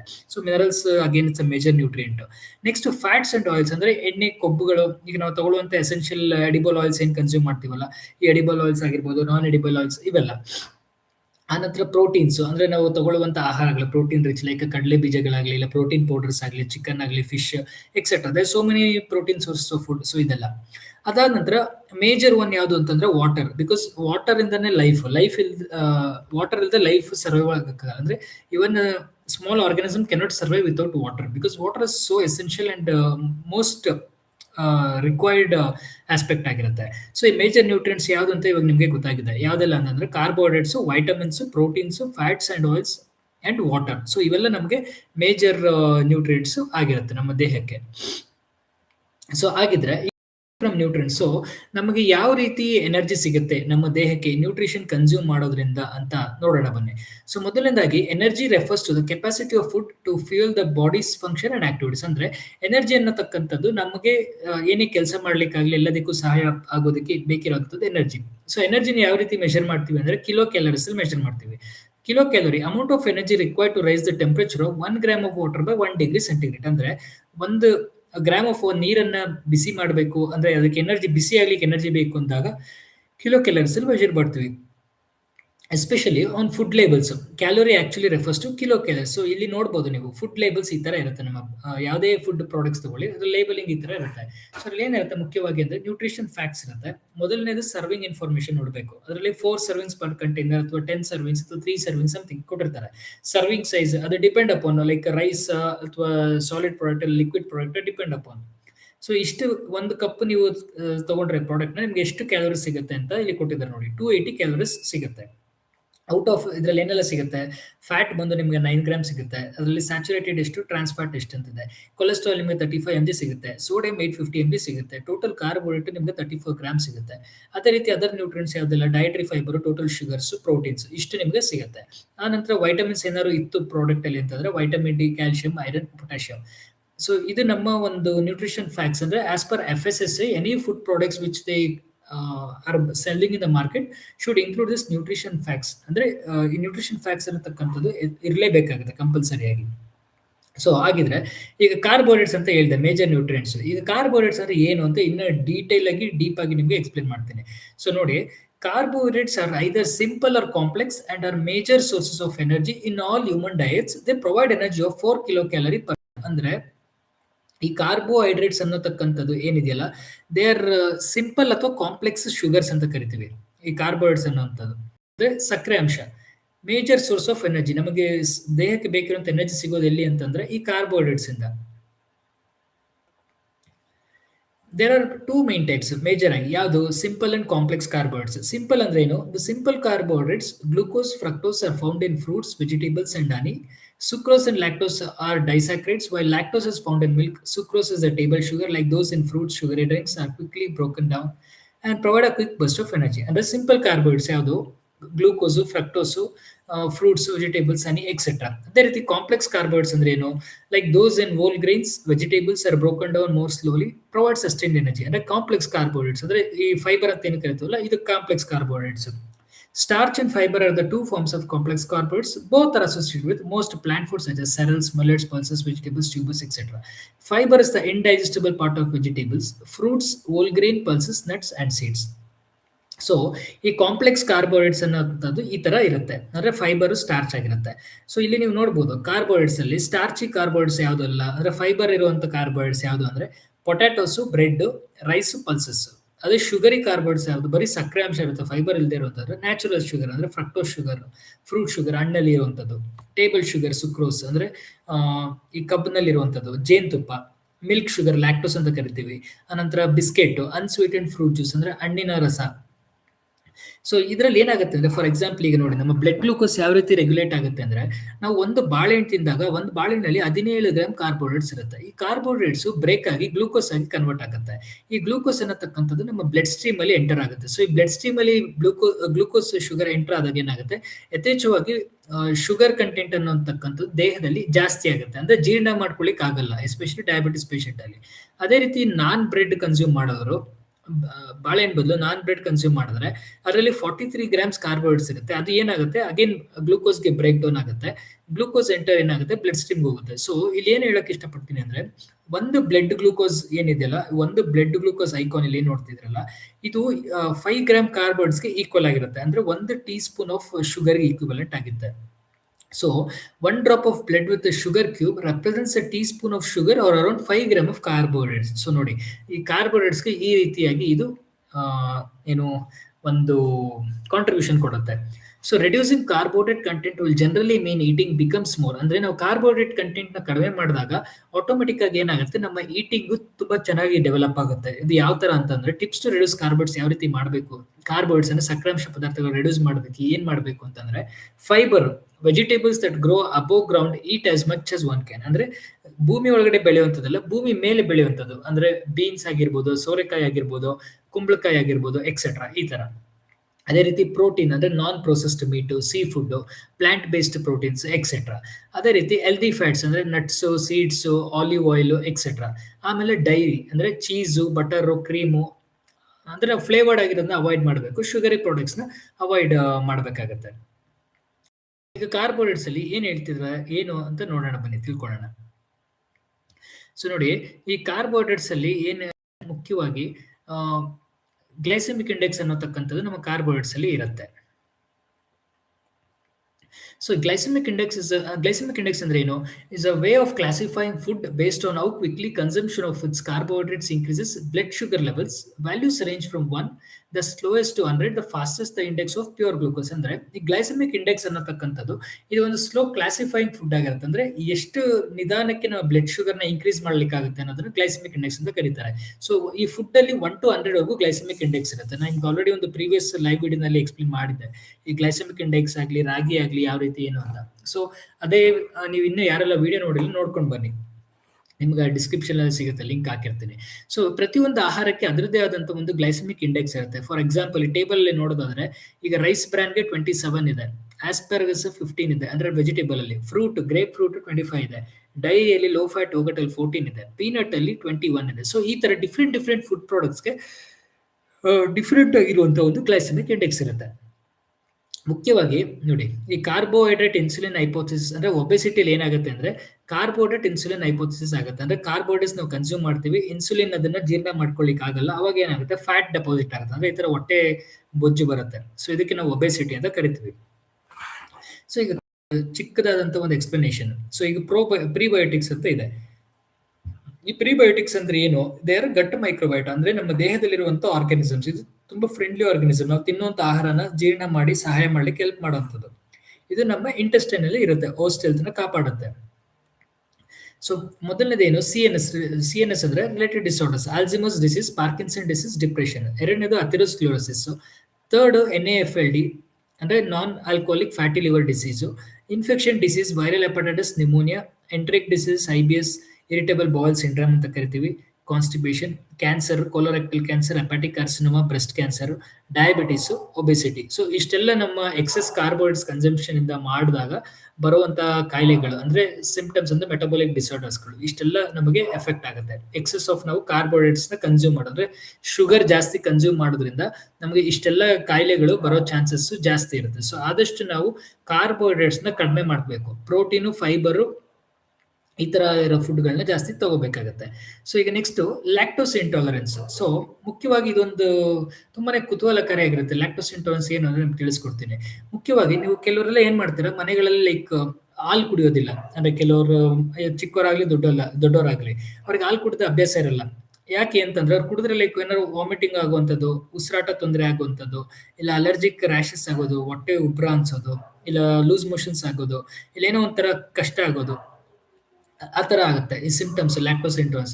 ಇದು ಆಕ್ಚುಲ್ ಆಗಿ ಏನು ಅಂತಂದ್ರೆ lactose is a disaccharide type of sugar found natural in milk and dairy products. ಅಂದ್ರೆ ಈ ಲ್ಯಾಕ್ಟೋಸ್ ಅನ್ನತಕ್ಕಂಥದ್ದು ಡೈಸ್ಯಾಕ್ರೈಡ್ ಅಂದ್ರೆ ಇದೊಂದು ಕಾರ್ಬೋಹೈಡ್ರೇಟ್, ಇದೊಂದು ಶುಗರ್, ಹಾಲಿನಲ್ಲಿ ನ್ಯಾಚುರಲ್ ಆಗಿ ಇರುವಂತ ಶುಗರ್ ಇದು. ಸೊ ಈ ಕಂಡೀಷನ್ ಏನು? Is a condition wear body is trouble digesting lactose, a sugar found in milk and dairy products. ಅಂದ್ರೆ ಈ ಕಂಡೀಷನ್ ಬಾಡಿಯಲ್ಲಿ ಲ್ಯಾಕ್ಟೋಸ್ ನ ಜೀರ್ಣ ಮಾಡ್ಕೊಳಕ್ ಆಗದಿರುವಂತ ಕಂಡೀಷನ್ ಲ್ಯಾಕ್ಟೋಸ್ ಇಂಟಾಲರೆನ್ಸ್ ಅಂತ ಕರಿತೀವಿ. So lactose free milk, adding lactase enzyme to milk changes lactose free by converting milk sugar lactose into glucose plus galactose. So ನಾವು ಹಾಲಿಗೆ ಈ ಲ್ಯಾಕ್ಟೇಸ್ ಎನ್ಸೈಮ್ ಆಡ್ ಮಾಡೋದ್ರಿಂದ ಅದು ಗ್ಲೂಕೋಸ್ ಮತ್ತೆ ಗ್ಯಾಲಕ್ಟೋಸ್ ಆಗಿ ಬ್ರೇಕ್ ಡೌನ್ ಆಗಿ ನಮಗೆ ಜೀರ್ಣ ಆಗ್ಲಿಕ್ಕೆ ಸಹಾಯ ಮಾಡುತ್ತೆ. ಸೊ ನೀವು ಯಾರೆಲ್ಲ ಲ್ಯಾಕ್ಟೋಸ್ ಇಂಟಾಲರೆಂಟ್ ಇದ್ದೀರಾ ಅವ್ರು ಏನ್ ಮಾಡ್ಬೇಕು ಅಂದ್ರೆ avoid dairy to reduce irritation inflammation symptoms. ಅಂದ್ರೆ ನೀವು ಡೈರಿ ಪ್ರಾಡಕ್ಟ್ ನ ಅವಾಯ್ಡ್ ಮಾಡ್ಬೇಕು ಆದಷ್ಟು. ನೆಕ್ಸ್ಟ್ ಏನು, take enzyme supplements to fix the digestive problem. ಅಂದ್ರೆ ಎನ್ಸೈಮ್ ಸಪ್ಲಿಮೆಂಟ್ಸ್ ನ ಫಿಕ್ಸ್ ಮಾಡ್ಲಿಕ್ಕೆ ಡೈಜೆಸ್ಟಿವ್ ಪ್ರಾಬ್ಲಮ್ಸ್ಗೆ ಸಪ್ಲಿಮೆಂಟ್ಸ್ ಬರುತ್ತೆ ತಗೊಳ್ಬೇಕು.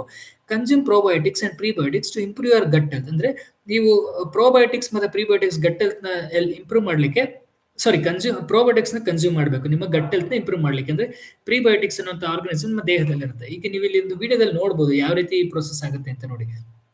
ಲ್ಯಾಕ್ಟೋಸ್ ಇಂಟಾಲರೆಂಟ್ ಇವರಿಗೆ ಜೀರ್ಣ ಆಗಲ್ಲ ಕನ್ಸ್ಯೂಮ್ ಮಾಡಿದಾಗ ಮಿಲ್ಕ್ ನ. ಸೊ ಅದೇನಾಗುತ್ತೆ, ಈ ತರ ಹೋಗಿ ಇಲ್ಲಿ ಕ್ಯಾಪ್ಚರ್ ಆದಾಗ ಗಟ್ ಒಳಗಡೆ ಇರುವಂತ ಬ್ಯಾಕ್ಟೀರಿಯಾಸ್ ಗಳು ಏನ್ ಮಾಡುತ್ತೆ, ಇದು ಕ್ಯಾಪ್ಚರ್ ಮಾಡುತ್ತೆ. ಏನೋ ಒಂದು ಇನ್ವೈಡಿಂಗ್ ಆಗಿದೆ ಅಂದ್ರೆ ಈಗ ಟೆರರಿಸ್ಟ್ ಯಾವ ರೀತಿ ದಾಳಿ ಮಾಡಿದಾಗ ಇದ್ ಮಾಡ್ತಾರಲ್ಲ ಆ ರೀತಿ ನಮ್ಮ ದೇಹದೊಳಗಡೆ ಈ ತರ ಬ್ಯಾಕ್ಟೀರಿಯಾ ಇದ್ ಮಾಡುತ್ತೆ. ಅವಾಗ ಏನಾಗುತ್ತೆ, ಫರ್ಮೆಂಟ್ ಆಗುತ್ತೆ, ಅಂದ್ರೆ ಬ್ರೇಕ್ ಡೌನ್ ಆಗುತ್ತೆ ಎನ್ಸೈಮ್ ಉತ್ಪಾದನೆ ಆಗೋದ್ರಿಂದ. ಇನ್ ಕೇಸ್ ಎನ್ಸೈಮ್ ಉತ್ಪಾದನೆ ಆಗಿಲ್ಲ ಅಂತಂದ್ರೆ ಅದು ಬ್ರೇಕ್ ಡೌನ್ ಆಗಲ್ಲ. ಸೊ ಅವಾಗ ಸಿಂಪ್ಟಮ್ಸ್ ಗಳು ಕಾಣಿಸ್ಕೊಳ್ಳುತ್ತೆ. ಸೊ ಇದು ಲ್ಯಾಕ್ಟೋಸ್ ಇಂಟಾಲರೆನ್ಸ್ ಬಗ್ಗೆ. ನೆಕ್ಸ್ಟ್ ಒಂದು ವೈಟಮಿನ್ಸ್. ಸೊ ಈ ವೈಟಮಿನ್ ಏನು, ಇದು ಯಾಕೆ ತುಂಬಾ ನಮಗೆ ಎಸೆನ್ಷಿಯಲ್ ಆಗಿರುತ್ತೆ ಅಂತ ನೋಡೋಣ ಬನ್ನಿ.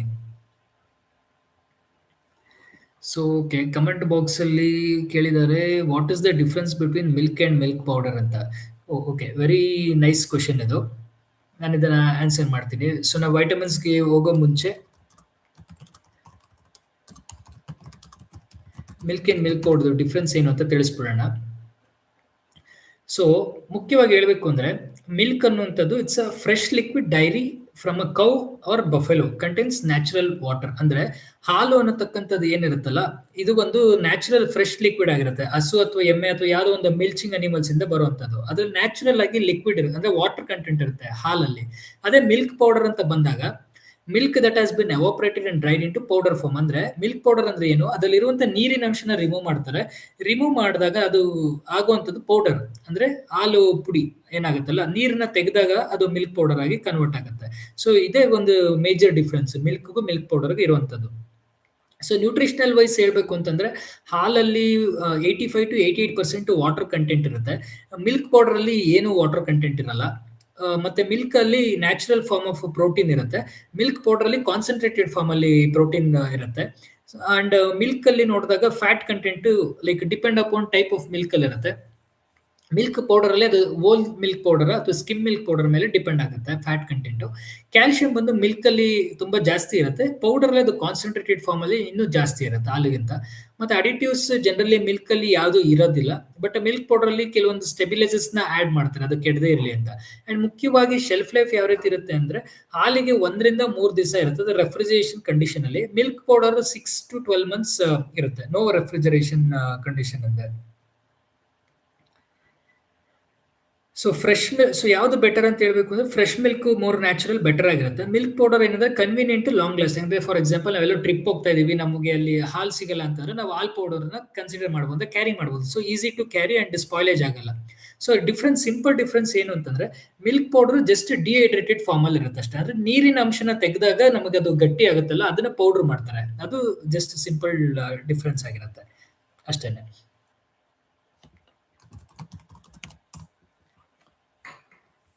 ಸೊ ಇದು ಒಂದು small difference about milk and milk powder. So ಈಗ ಬನ್ನಿ, ಈಗ ವೈಟಮಿನ್ಸ್ ಬಗ್ಗೆ ಕಂಟಿನ್ಯೂ ಮಾಡೋಣ. ಸೊ ವೈಟಮಿನ್ಸ್ ಅಂದ್ರೆ ಏನು, ಇದು ಯಾಕೆ ಬೇಕು ನಮಗೆ ಅಂತ ಹೇಳ್ತೀನಿ ನೋಡಿ. ಸೊ ವೈಟಮಿನ್ಸ್ ಅಂದ್ರೆ they are majorly organic compounds that are essential to life, mainly for metabolism, tissue building, regulation of body process. ಅಂದ್ರೆ ಈ ವೈಟಮಿನ್ಸ್ ಅನ್ನತಕ್ಕಂಥದ್ದು they are made up of organic compounds. ಅಂದ್ರೆ ಕಾರ್ಬನ್, ಆಕ್ಸಿಜನ್, ಹೈಡ್ರೋಜನ್ ಎಕ್ಸೆಟ್ರಾ ಈ ತರ organic compounds ಮಾಡಲ್ಪಟ್ಟಿರುತ್ತೆ. ಇದು ನಮ್ಮ ದೇಹದ ಮೆಟಬಾಲಿಸಮ್ಗೆ, ಟಿಶ್ಯೂ ಬಿಲ್ಡಿಂಗ್ಗೆ, ಬಾಡಿ ರೆಗ್ಯುಲೇಷನ್ ಮಾಡ್ಲಿಕ್ಕೆ ಸಹಾಯ ಮಾಡುತ್ತೆ. ಮೇನ್ ಆಗಿ 2 ಟೈಪ್ಸ್ ಆಫ್ ವೈಟಮಿನ್ಸ್ ಇರುತ್ತೆ. ಅದು ಯಾವ್ದು ಅಂತಂದ್ರೆ ಫ್ಯಾಟ್ ಸಾಲ್ಯುಬಲ್ ವೈಟಮಿನ್ಸ್ ಇರುತ್ತೆ and water soluble vitamins. So fat soluble vitamin ಅಂದ್ರೆ ಏನು, these vitamins dissolve easily in fats and oils, can be stored in the body, not easily destroyed by cooking. They are vitamin A, D, E and K. ಅಂದ್ರೆ fat soluble vitamins ಇದು ಈಸಿಯಾಗಿ dissolve ಆಗುತ್ತೆ. These vitamins dissolve easily in fats and oils. ಇದು ನಮ್ಮ ದೇಹದಲ್ಲಿ store ಆಗಿರುತ್ತೆ. ನಾವು ಅಡಿಗೆ ಮಾಡೋದ್ರಿಂದ ಅಥವಾ ಏನಾದ್ರು ಲೈಕ್ ಪದಾರ್ಥಗಳು ತಯಾರಿಸೋದ್ರಿಂದ ಇದು ಡೆಸ್ಟ್ರಾಯ್ ಆಗಲ್ಲ ಈಸಿಯಾಗಿ. ವಾಟರ್ ಸಾಲ್ಯುಬಲ್ ವೈಟಮಿನ್ಸ್ ಅಂದ್ರೆ they easily dissolve in water, easily destroyed by cooking, air ಅಥವಾ light. These include vitamin C, B complex, folic acid. ಅಂದ್ರೆ ಈ ವೈಟಮಿನ್ ಎ, ಡಿ, ಕೆಗೆ ಎಕ್ಸಾಂಪಲ್ ಏನು ಅಂತಂದ್ರೆ, ಈಗ ಕಡಲೆಕಾಯಿ ಎಣ್ಣೆ ಅಥವಾ ಎಣ್ಣೆ ಪದಾರ್ಥಗಳು ನಾವೇನೆಲ್ಲ ಯೂಸ್ ಮಾಡ್ತೀವಿ ಮನೆಯಲ್ಲಿ ಎಣ್ಣೆಗಳು, ಅದರಲ್ಲಿ 45 ಮಾಡಿದ್ರೆ ವೈಟಮಿನ್ಸ್ ನ 45 ಮಾಡ್ತಾರೆ. ಸೊ ಅದು ಈಸಿಯಾಗಿ ಡೆಸ್ಟ್ರಾಯ್ ಆಗಲ್ಲ. ಬಟ್ ಈ ವಾಟರ್ ಸಾಲ್ಯುಬಲ್ ವೈಟಮಿನ್ಸ್ ಅಂದ್ರೆ ಕ್ಯಾರೆಟ್, ಬೀಟ್ರೂಟ್, ಇದರೆಲ್ಲ ಐರನ್ ಕಂಟೆಂಟ್, ವೈಟಮಿನ್ ಸಿ ಜಾಸ್ತಿ ಇರುತ್ತೆ. ಸೊ ಇದು ಹೇಗೆ ಡೆಸ್ಟ್ರಾಯ್ ಆಗುತ್ತೆ ಅಂದ್ರೆ, ಕುಕಿಂಗ್ ಮಾಡೋದಂದ್ರೆ ನಾವು ಜಾಸ್ತಿ ಅದನ್ನ ಬೇಯಿಸಿದ್ರೆ, ಸ್ಟೀಮ್ ಮಾಡಿದ್ರೆ ಇಲ್ಲ ಕುದಿಸಿದ್ರೆ ಏನಾಗುತ್ತೆ, ಅದರಲ್ಲಿರುವಂತ ಈ ವೈಟಮಿನ್ ಕಂಟೆಂಟ್ಸ್ ಡೆಸ್ಟ್ರಾಯ್ ಆಗ್ಬಿಡುತ್ತೆ. ಸೊ ನಮಗೆ ನ್ಯಾಚುರಲ್ ಆಗಿ ವೈಟಮಿನ್ಸ್ ಸಿಗಬೇಕು ಅಂದ್ರೆ ಆದಷ್ಟು ನಾವು ನ್ಯಾಚುರಲ್ ಆಗಿ ಫ್ರೂಟ್ ಅಂಡ್ ವೆಜಿಟೇಬಲ್ಸ್ ನ ಕನ್ಸ್ಯೂಮ್ ಮಾಡೋದ್ರಿಂದ ವಿತೌಟ್ ಕುಕಿಂಗ್ ಅಥವಾ ವಿತೌಟ್ ಬಾಯ್ಲಿಂಗ್ ನಮಗೆ ಕಂಪ್ಲೀಟ್ ವೈಟಮಿನ್ಸ್ ಸಿಗುತ್ತೆ. ಸೊ ಹಾಗಿದ್ರೆ ನಮ್ಮ ಆರ್ ಡಿ ಎ ಏನ್ ಹೇಳುತ್ತೆ, ಆಸ್ ಪರ್ ICMR ಅಂದ್ರೆ Indian council for medical research, ನಮ್ಮ ಆರ್ ಡಿ ಎ ಏನ್ ಹೇಳ್ತಾರೆ ಅಂತಂದ್ರೆ, ನಮಗೆ ವೈಟಮಿನ್ಸ್ ಯಾವೆಲ್ಲ ವೈಟಮಿನ್ಸ್ ನಮ್ಮ ದಿನಕ್ಕೆ ಎಷ್ಟು ಬೇಕು ಕನ್ಸ್ಯೂಮ್ ಮಾಡಬೇಕು ಅಂತ ತಿಳಿಸ್ಕೊಡ್ತೀನಿ ನೋಡಿ. ಮೊದಲನೇದು ವೈಟಮಿನ್ B1. ಸೊ ಇದು ನಮಗೆ 1.8 mg ಪರ್ ಡೇ ಬೇಕು. ಫೀಮೇಲ್ಸ್ಗಾದ್ರೆ 1.7 mg ಪರ್ ಡೇ ಬೇಕು. ಅದೇ ರೀತಿ B2 2.5 mg ಪರ್ ಡೇ ಬೇಕು. ಅಡಲ್ಟ್ ಫೀಮೇಲ್ಸ್ಗೆ 2.4 mg ಬೇಕಾಗುತ್ತೆ. B3 18 ಬೇಕು, ಫೀಮೇಲ್ಸ್ಗೆ 14. B5 ಅಂದ್ರೆ ಪ್ಯಾಂಟೋಥೆನಿಕ್ ಆಸಿಡ್ ಅಂತ ಕರಿತೀವಿ, ಇದು ಇಬ್ಬರಿಗೂ ಕಾಮನ್ 5 mg ಬೇಕಿರುತ್ತೆ. B6 2.4 for males, 1.9 for female. Biotin 35 mg per day, ಇದು ಕಾಮನ್ ಇರುತ್ತೆ. ಇಲ್ಲಿ ನೋಡ್ಬೇಕು ಡಿಫ್ರೆನ್ಸ್. mg ಅಂದ್ರೆ ಮೈಕ್ರೋಗ್ರಾಮ್ಸ್ ಅಲ್ಲಿ ಬೇಕಿರುತ್ತೆ. ಮ್ಯೂಜಿ ಅಂದ್ರೆ mg ಅಂದ್ರೆ ಮ್ಯಾಕ್ರೋ, ಮ್ಯೂಜಿ ಅಂದ್ರೆ ಮೈಕ್ರೋ. ಸೊ ಪರ್ ಡೇಗೆ ಮ್ಯಾಕ್ರೋ ಎಷ್ಟು ಬೇಕು, ಮೈಕ್ರೋ ಎಷ್ಟು ಬೇಕು ಅಂತ ನಿಮಗೆ ತಿಳ್ಕೊಂಡಿರ್ಬೇಕು. ನೆಕ್ಸ್ಟ್ B9 ಬಂದು ಫೋಲಿಕ್ ಆಸಿಡ್, ಇದು 300 for male, 220 for female. Cobalamin ಅಂದ್ರೆ B12 2.2 for male. Next ascorbic acid 80 for male, 65 for female. Retinol vitamin A ನಮ್ಮ ಕಣ್ಣುಗಳಿಗೆ, ಬ್ರೈನ್ಗೆ, ಎಲ್ಲದಕ್ಕೂ ತುಂಬಾ helpful vitamin, 1000 mu g per day, 840 for female. ಅದೇ ರೀತಿ ವೈಟಮಿನ್ ಡಿ ಅಂದ್ರೆ ಕ್ಯಾಲ್ಸಿಫೆರಲ್, ಇದು ಎಲ್ಲಿಂದ ಸಿಗುತ್ತೆ ನಮಗೆ, ಸನ್ಲೈಟ್ ಇಂದ ನ್ಯಾಚುರಲ್ ಸಿಗುವಂತ ವೈಟಮಿನ್, ಇದು ನಮಗೆ 15 ಮ್ಯೂಜಿ ಪರ್ ಡೇ ಬೇಕು. ಅದೇ ರೀತಿ tocopherol vitamin E 10 mg per day, vitamin ಗೆ 55 ಮ್ಯೂಜಿ ಪರ್ ಡೇ. ಸೊ ಇಷ್ಟು ವೈಟಮಿನ್ಸ್ ನಮಗೆ ಆಸ್ ಪರ್ ICMR ಗೈಡ್ಲೈನ್ಸ್ ಪ್ರಕಾರ ಏನ್ ಹೇಳ್ತಾರೆ, Indian council for medical research, ಅದ್ರ ಪ್ರಕಾರ ನಮಗೆ ಇಷ್ಟು ವೈಟಮಿನ್ಸ್ ಪರ್ ಡೇ ನಾವು ಕನ್ಸ್ಯೂಮ್ ಮಾಡಬೇಕು. ಸೊ ಹಾಗಿದ್ರೆ ನಮಗೆ ಯಾವ್ದೆಲ್ಲ ವೈಟಮಿನ್ಸ್ ಎಲ್ಲೆಂದೆಲ್ಲ ಸಿಗುತ್ತೆ ಅಂತ ನೋಡೋದಾದ್ರೆ, ವೈಟಮಿನ್ ಎ ಬಂದು ನಮಗೆ capsicum, mango, papaya, orange, capsicum, ಆಮೇಲೆ ಇದು ಗೆಣಸು ಅಂತ ಏನ್ ಕರಿತೀವಿ, ಮರ್ಗೆಣಸು, ಅದ್ರಲ್ಲಿ ಸಿಗುತ್ತೆ. Sweet potato. B1 ಬಂದು ಬೀನ್ಸು, ಪಂಪ್ಕಿನ್ ಎಕ್ಸೆಟ್ರಾ. B2 ಬಂದು cheese, fish, egg, mushrooms etcetera. B3, B5.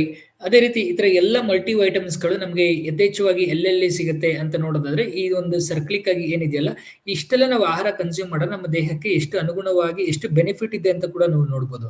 B3 ತಗೊಂಡ್ರೆ ಎಷ್ಟು ನಮಗೆ ಫಿಸಿಕಲ್ ಆಗಿ ಹೆಲ್ಪ್ಫುಲ್ ಇದೆ, B5 ತಗೊಂಡ್ರೆ ಯಾವ ರೀತಿ ಇದೆ, ಅದೇ ರೀತಿ ನಾವು ವೈಟಮಿನ್ ಎ ತಗೊಂಡ್ರೆ ಯಾವ ರೀತಿ ಇದೆ, ಇದೆಲ್ಲ ನಮ್ಮ ವೈಟಮಿನ್ಸ್ ನ ಎಸೆನ್ಷಿಯಾಲಿಟಿ ಆಗಿದೆ. ಸೊ ಈಗ ಡೆಫಿಷಿಯನ್ಸಿ ಅಂದ್ರೆ ವೈಟಮಿನ್ ಡೆಫಿಷಿಯನ್ಸಿಯಿಂದ ಏನಾಗುತ್ತೆ ಮುಖ್ಯವಾಗಿದೆ ಅಂದ್ರೆ, ಬಿಟೋಟ್ ಸ್ಪಾಟ್ ಅಂತ ಕರಿತೀವಿ, ಅಂದ್ರೆ ಕಣ್ಣಲ್ಲಿ ಈ ತರ ಒಂದು ಪೊರೆ ಬಂದಂಗ ಆಗುತ್ತೆ. ಹ್ಯಾಂಗುಲರ್ ಸ್ಟೊಮಾಟೈಟಿಸ್ ಅಂತ ಕರಿತೀವಿ, ಈ ತರ ತುಟಿಯೆಲ್ಲ ಒಂಥರ ಒಡ್ಕೊಂಡಂಗ ಆಗುತ್ತೆ. ಗ್ಲಾಸೈಟಿಸ್ ಅಂತ ಕರಿತೀವಿ, ನಾಲ್ಗೆ ಎಲ್ಲ ಒಂಥರ ಬಿರುಕು ಬಿಟ್ಕೊಂಡಂಗ ಆಗುತ್ತೆ. ಕೆರಾಟೋಮಲೇಷಿಯಾ ಅಂತ ಹೇಳ್ತೀವಿ, ಅಂದ್ರೆ ಕಣ್ಣು ಸರಿಯಾಗಿ ಕಾಣದೇ ಇರುವಂತದ್ದು. ಆಮೇಲೆ ಬ್ಲೈಂಡ್ನೆಸ್, ಅಗೇನ್ ಬ್ಲೈಂಡ್ನೆಸ್ ಆಗುತ್ತೆ. ಆಮೇಲೆ ಸೆಬೋರಿಕ್ ಡರ್ಮಟೈಟಿಸ್ ಅಂತ ಕರಿತೀವಿ, ಅಂದ್ರೆ ಕಿವಿಯೆಲ್ಲ ಒಂಥರ ಒಣಗೋಗಿ ಚರ್ಮ ಎಲ್ಲ ಒಂಥರ ವಿಚಿತ್ರವಾಗಿ ಇದಾಗಿರುತ್ತೆ. ಸೊ ವೈಟಮಿನ್ ಎ ಇಂದ ಏನಾಗುತ್ತೆ ಕಾಯಿಲೆ ಅಂತಂದ್ರೆ, ಪೋರ್ ವಿಷನ್ ಆಗುತ್ತೆ, ನಮಗ್ ಸರಿಯಾಗಿ ಕಣ್ ಕಾಣಿಸೋದಿಲ್ಲ, ಡ್ರೈ ವಿಷನ್ ಆಗುತ್ತೆ, ವೀಕೆಂಡ್ ಇಮ್ಯೂನ್ ಸಿಸ್ಟಮ್ ಆಗುತ್ತೆ. ಅದೇ ರೀತಿ B12 ಆದಾಗ ಏನಾಗುತ್ತೆ, ಫೆಟಿಗ್ ಆಗುತ್ತೆ, ಸುಸ್ತು, ವೀಕ್ನೆಸ್, ಟಿಂಗ್ಲಿಂಗ್. ಅಂದ್ರೆ B12 ವೈಟಮಿನ್ ಕಡಿಮೆ ಆದಾಗ ಏನೆಲ್ಲ ಆಗುತ್ತೆ ಅಂತಂದ್ರೆ, ಸುಸ್ತಾಗುವಂಥದ್ದು, ವೀಕ್ನೆಸ್ ಆಗುವಂಥದ್ದು, ಕೈ ಕಾಲಲ್ಲಿ ಒಂಥರ ಅಂದ್ರೆ ನಂಬ್ನೆಸ್ ಆದ ಒಂಥರ ಜೋಮ್ ಬಂದಂಗ ಆಗೋದು, ಇದೆಲ್ಲ B12 ಇಂದ ಆಗುತ್ತೆ. ಅಂದ್ರೆ ಡೆಫಿಷಿಯನ್ಸಿ ಆಫ್ B12 ಇಂದ. ನೆಕ್ಸ್ಟ್ ವೈಟಮಿನ್ ಸಿ ಕಡಿಮೆ ಆದಾಗ ಏನಾಗುತ್ತೆ, ವೀಕ್ ಇಮ್ಯುನಿಟಿ ಸಿಸ್ಟಮ್, ನಮ್ಮ ಬಾಡಿ ಇಮ್ಯುನಿಟಿ ಸಿಸ್ಟಮ್ ಕಡಿಮೆ ಆಗುವಂಥದ್ದು, ಗಾಯಗಳಾದರೆ ಅದು ನಿಧಾನಕ್ಕೆ ವಾಸಿ ಆಗುವಂಥದ್ದು, ಬ್ಲೀಡಿಂಗ್ ಗಮ್ಸ್ ಆಗುತ್ತೆ. ಅದೇ ರೀತಿ ವೈಟಮಿನ್ ಡಿ ಆದಾಗ ಏನಾಗುತ್ತೆ, ಬೋನ್ ಪೇನ್ ಆಗುವಂಥದ್ದು, ಮಸಲ್ ವೀಕ್ನೆಸ್ ಆಗುವಂಥದ್ದು, ಮೂಡ್ ಸ್ವಿಂಗ್ಸ್ ಬರುವಂಥದ್ದು ಆಗುತ್ತೆ. ವೈಟಮಿನ್ ಇ ಅಂದ್ರೆ ಮಸಲ್ ವೀಕ್ನೆಸ್ ಆಗುತ್ತೆ, vision problem, compromised immune system problem ಆಗುತ್ತೆ. ಅದೇ ರೀತಿ ವೈಟಮಿನ್ ಕೆ ಡೆಫಿಷಿಯನ್ಸಿ ಆದಾಗ ಎಕ್ಸೆಸಿವ್ ಬ್ಲೀಡಿಂಗ್ ಆಗುತ್ತೆ, ಬ್ರೂಸಿಂಗ್ ಆಗುತ್ತೆ, ವೀಕೆಂಡ್ ಬೋನ್ಸ್ ಇರುತ್ತೆ. B6 ಆದಾಗ ಫೆಟಿಗ್, irritability, mood swings, skin inflammation. B2 ಆದ್ರೆ cracks at the corners of the mouth, ಅಂದ್ರೆ ತುಟಿ ಎಲ್ಲ ಒಡ್ಕೊಂಡಂಗ ಆಗೋದು ಯಾಕೆ ಅಂದ್ರೆ B2 ವೈಟಮಿನ್ ಕಡಿಮೆ ಆದಾಗ. B9 ಕಡಿಮೆ ಆದಾಗ ಏನಾಗುತ್ತೆ, ಅನೇಮಿಯಾ ಆಗುತ್ತೆ, ಫೆಟಿಗ್ ಆಗುತ್ತೆ, ಕೂದಲು ಉದುರೋದಾಗುತ್ತೆ. ಸೊ ಇಷ್ಟೆಲ್ಲ ನಮ್ಮ ವೈಟಮಿನ್ ಡೆಫಿಷಿಯನ್ಸಿಯಿಂದ ಬರುವಂತ ಕಾಯಿಲೆಗಳು, ಅಂದ್ರೆ ಮೆಟಬಾಲಿಕ್ ಡಿಸಾರ್ಡರ್ಸ್ ಗಳಾಗಿರುತ್ತೆ. ಸೊ ಈಗ ಮಿನರಲ್ ಸೊ ಹಾಗಿದ್ರೆ ವೈಟಮಿನ್ಸ್ ಆಯ್ತು. ಈಗ ಮಿನರಲ್ಸ್ ನಮ್ಗೆ ತುಂಬಾನೇ ಎಸೆನ್ಷಿಯಲ್ ಅಲ್ವಾ? ಸೊ ಮಿನರಲ್ಸ್ ಇಂದ ನಮ್ಗೆ ಎಷ್ಟು ಉಪಯೋಗ ಇದೆ ಅಂತ ನಾನು ನಿಮ್ಗೆ ತಿಳಿಸ್ಕೊಡ್ತೀನಿ. ಸೊ ನೋಡಿ, ಮಿನರಲ್ಸ್ ಅಂತ ಮೊದಲನೇದಾಗಿ ನೋಡೋಣ. ಸೊ ಮೊದಲನೇದಾಗಿ ಮಿನರಲ್ಸ್ ಅಂದ್ರೆ they're inorganic substances found in all body tissues, regulate body fluids, assist in body functions, contribute to growth, aid in building tissues, building strong bones and teeth. So ಈ minerals ಅನ್ನೋತಕ್ಕಂಥದ್ದು ಒಂದು inorganic substance ಆಗಿರುತ್ತೆ, ನಮ್ಮ body tissue ಅಲ್ಲಿ ಕಾಣುವಂಥದ್ದು. ಇದೇನ್ ಮಾಡುತ್ತೆ, ನಮ್ಮ ಬಾಡಿಲಿ ಇರುವಂತ ಫ್ಲೂಯಿಡ್ಸ್ ಗಳನ್ನ ರೆಗ್ಯುಲೇಟ್ ಮಾಡ್ಲಿಕ್ಕೆ ಸಹಾಯ ಮಾಡುತ್ತೆ, ಬಾಡಿ ಫಂಕ್ಷನ್ ಆಗ್ಲಿಕ್ಕೆ ಸಹಾಯ ಮಾಡುತ್ತೆ, ಗ್ರೋತ್ ಆಗ್ಲಿಕ್ಕೆ ಸಹಾಯ ಮಾಡುತ್ತೆ, ಬಿಲ್ಡಿಂಗ್ ಟಿಶ್ಯೂಸ್ ಸಹಾಯ ಮಾಡುತ್ತೆ, ಟೀತ್ ಅಂಡ್ ಬೋನ್ಸ್ಗೆ ಸಹಾಯ ಮಾಡುತ್ತೆ. There are hundreds of minerals. They are usually classified as either major or trace minerals. ಅಂದ್ರೆ ಅಲ್ಲಿ ಸುಮಾರು ಮಿನರಲ್ಸ್ ಗಳಿದಾವೆ. ಕೆಲವೊಂದು ಮೇಜರ್ ಅಂತ ಕರಿತೀವಿ, ಕೆಲವೊಂದು ಮೈನರ್ ಮಿನರಲ್ಸ್ ಅಂತ ಕರಿತೀವಿ.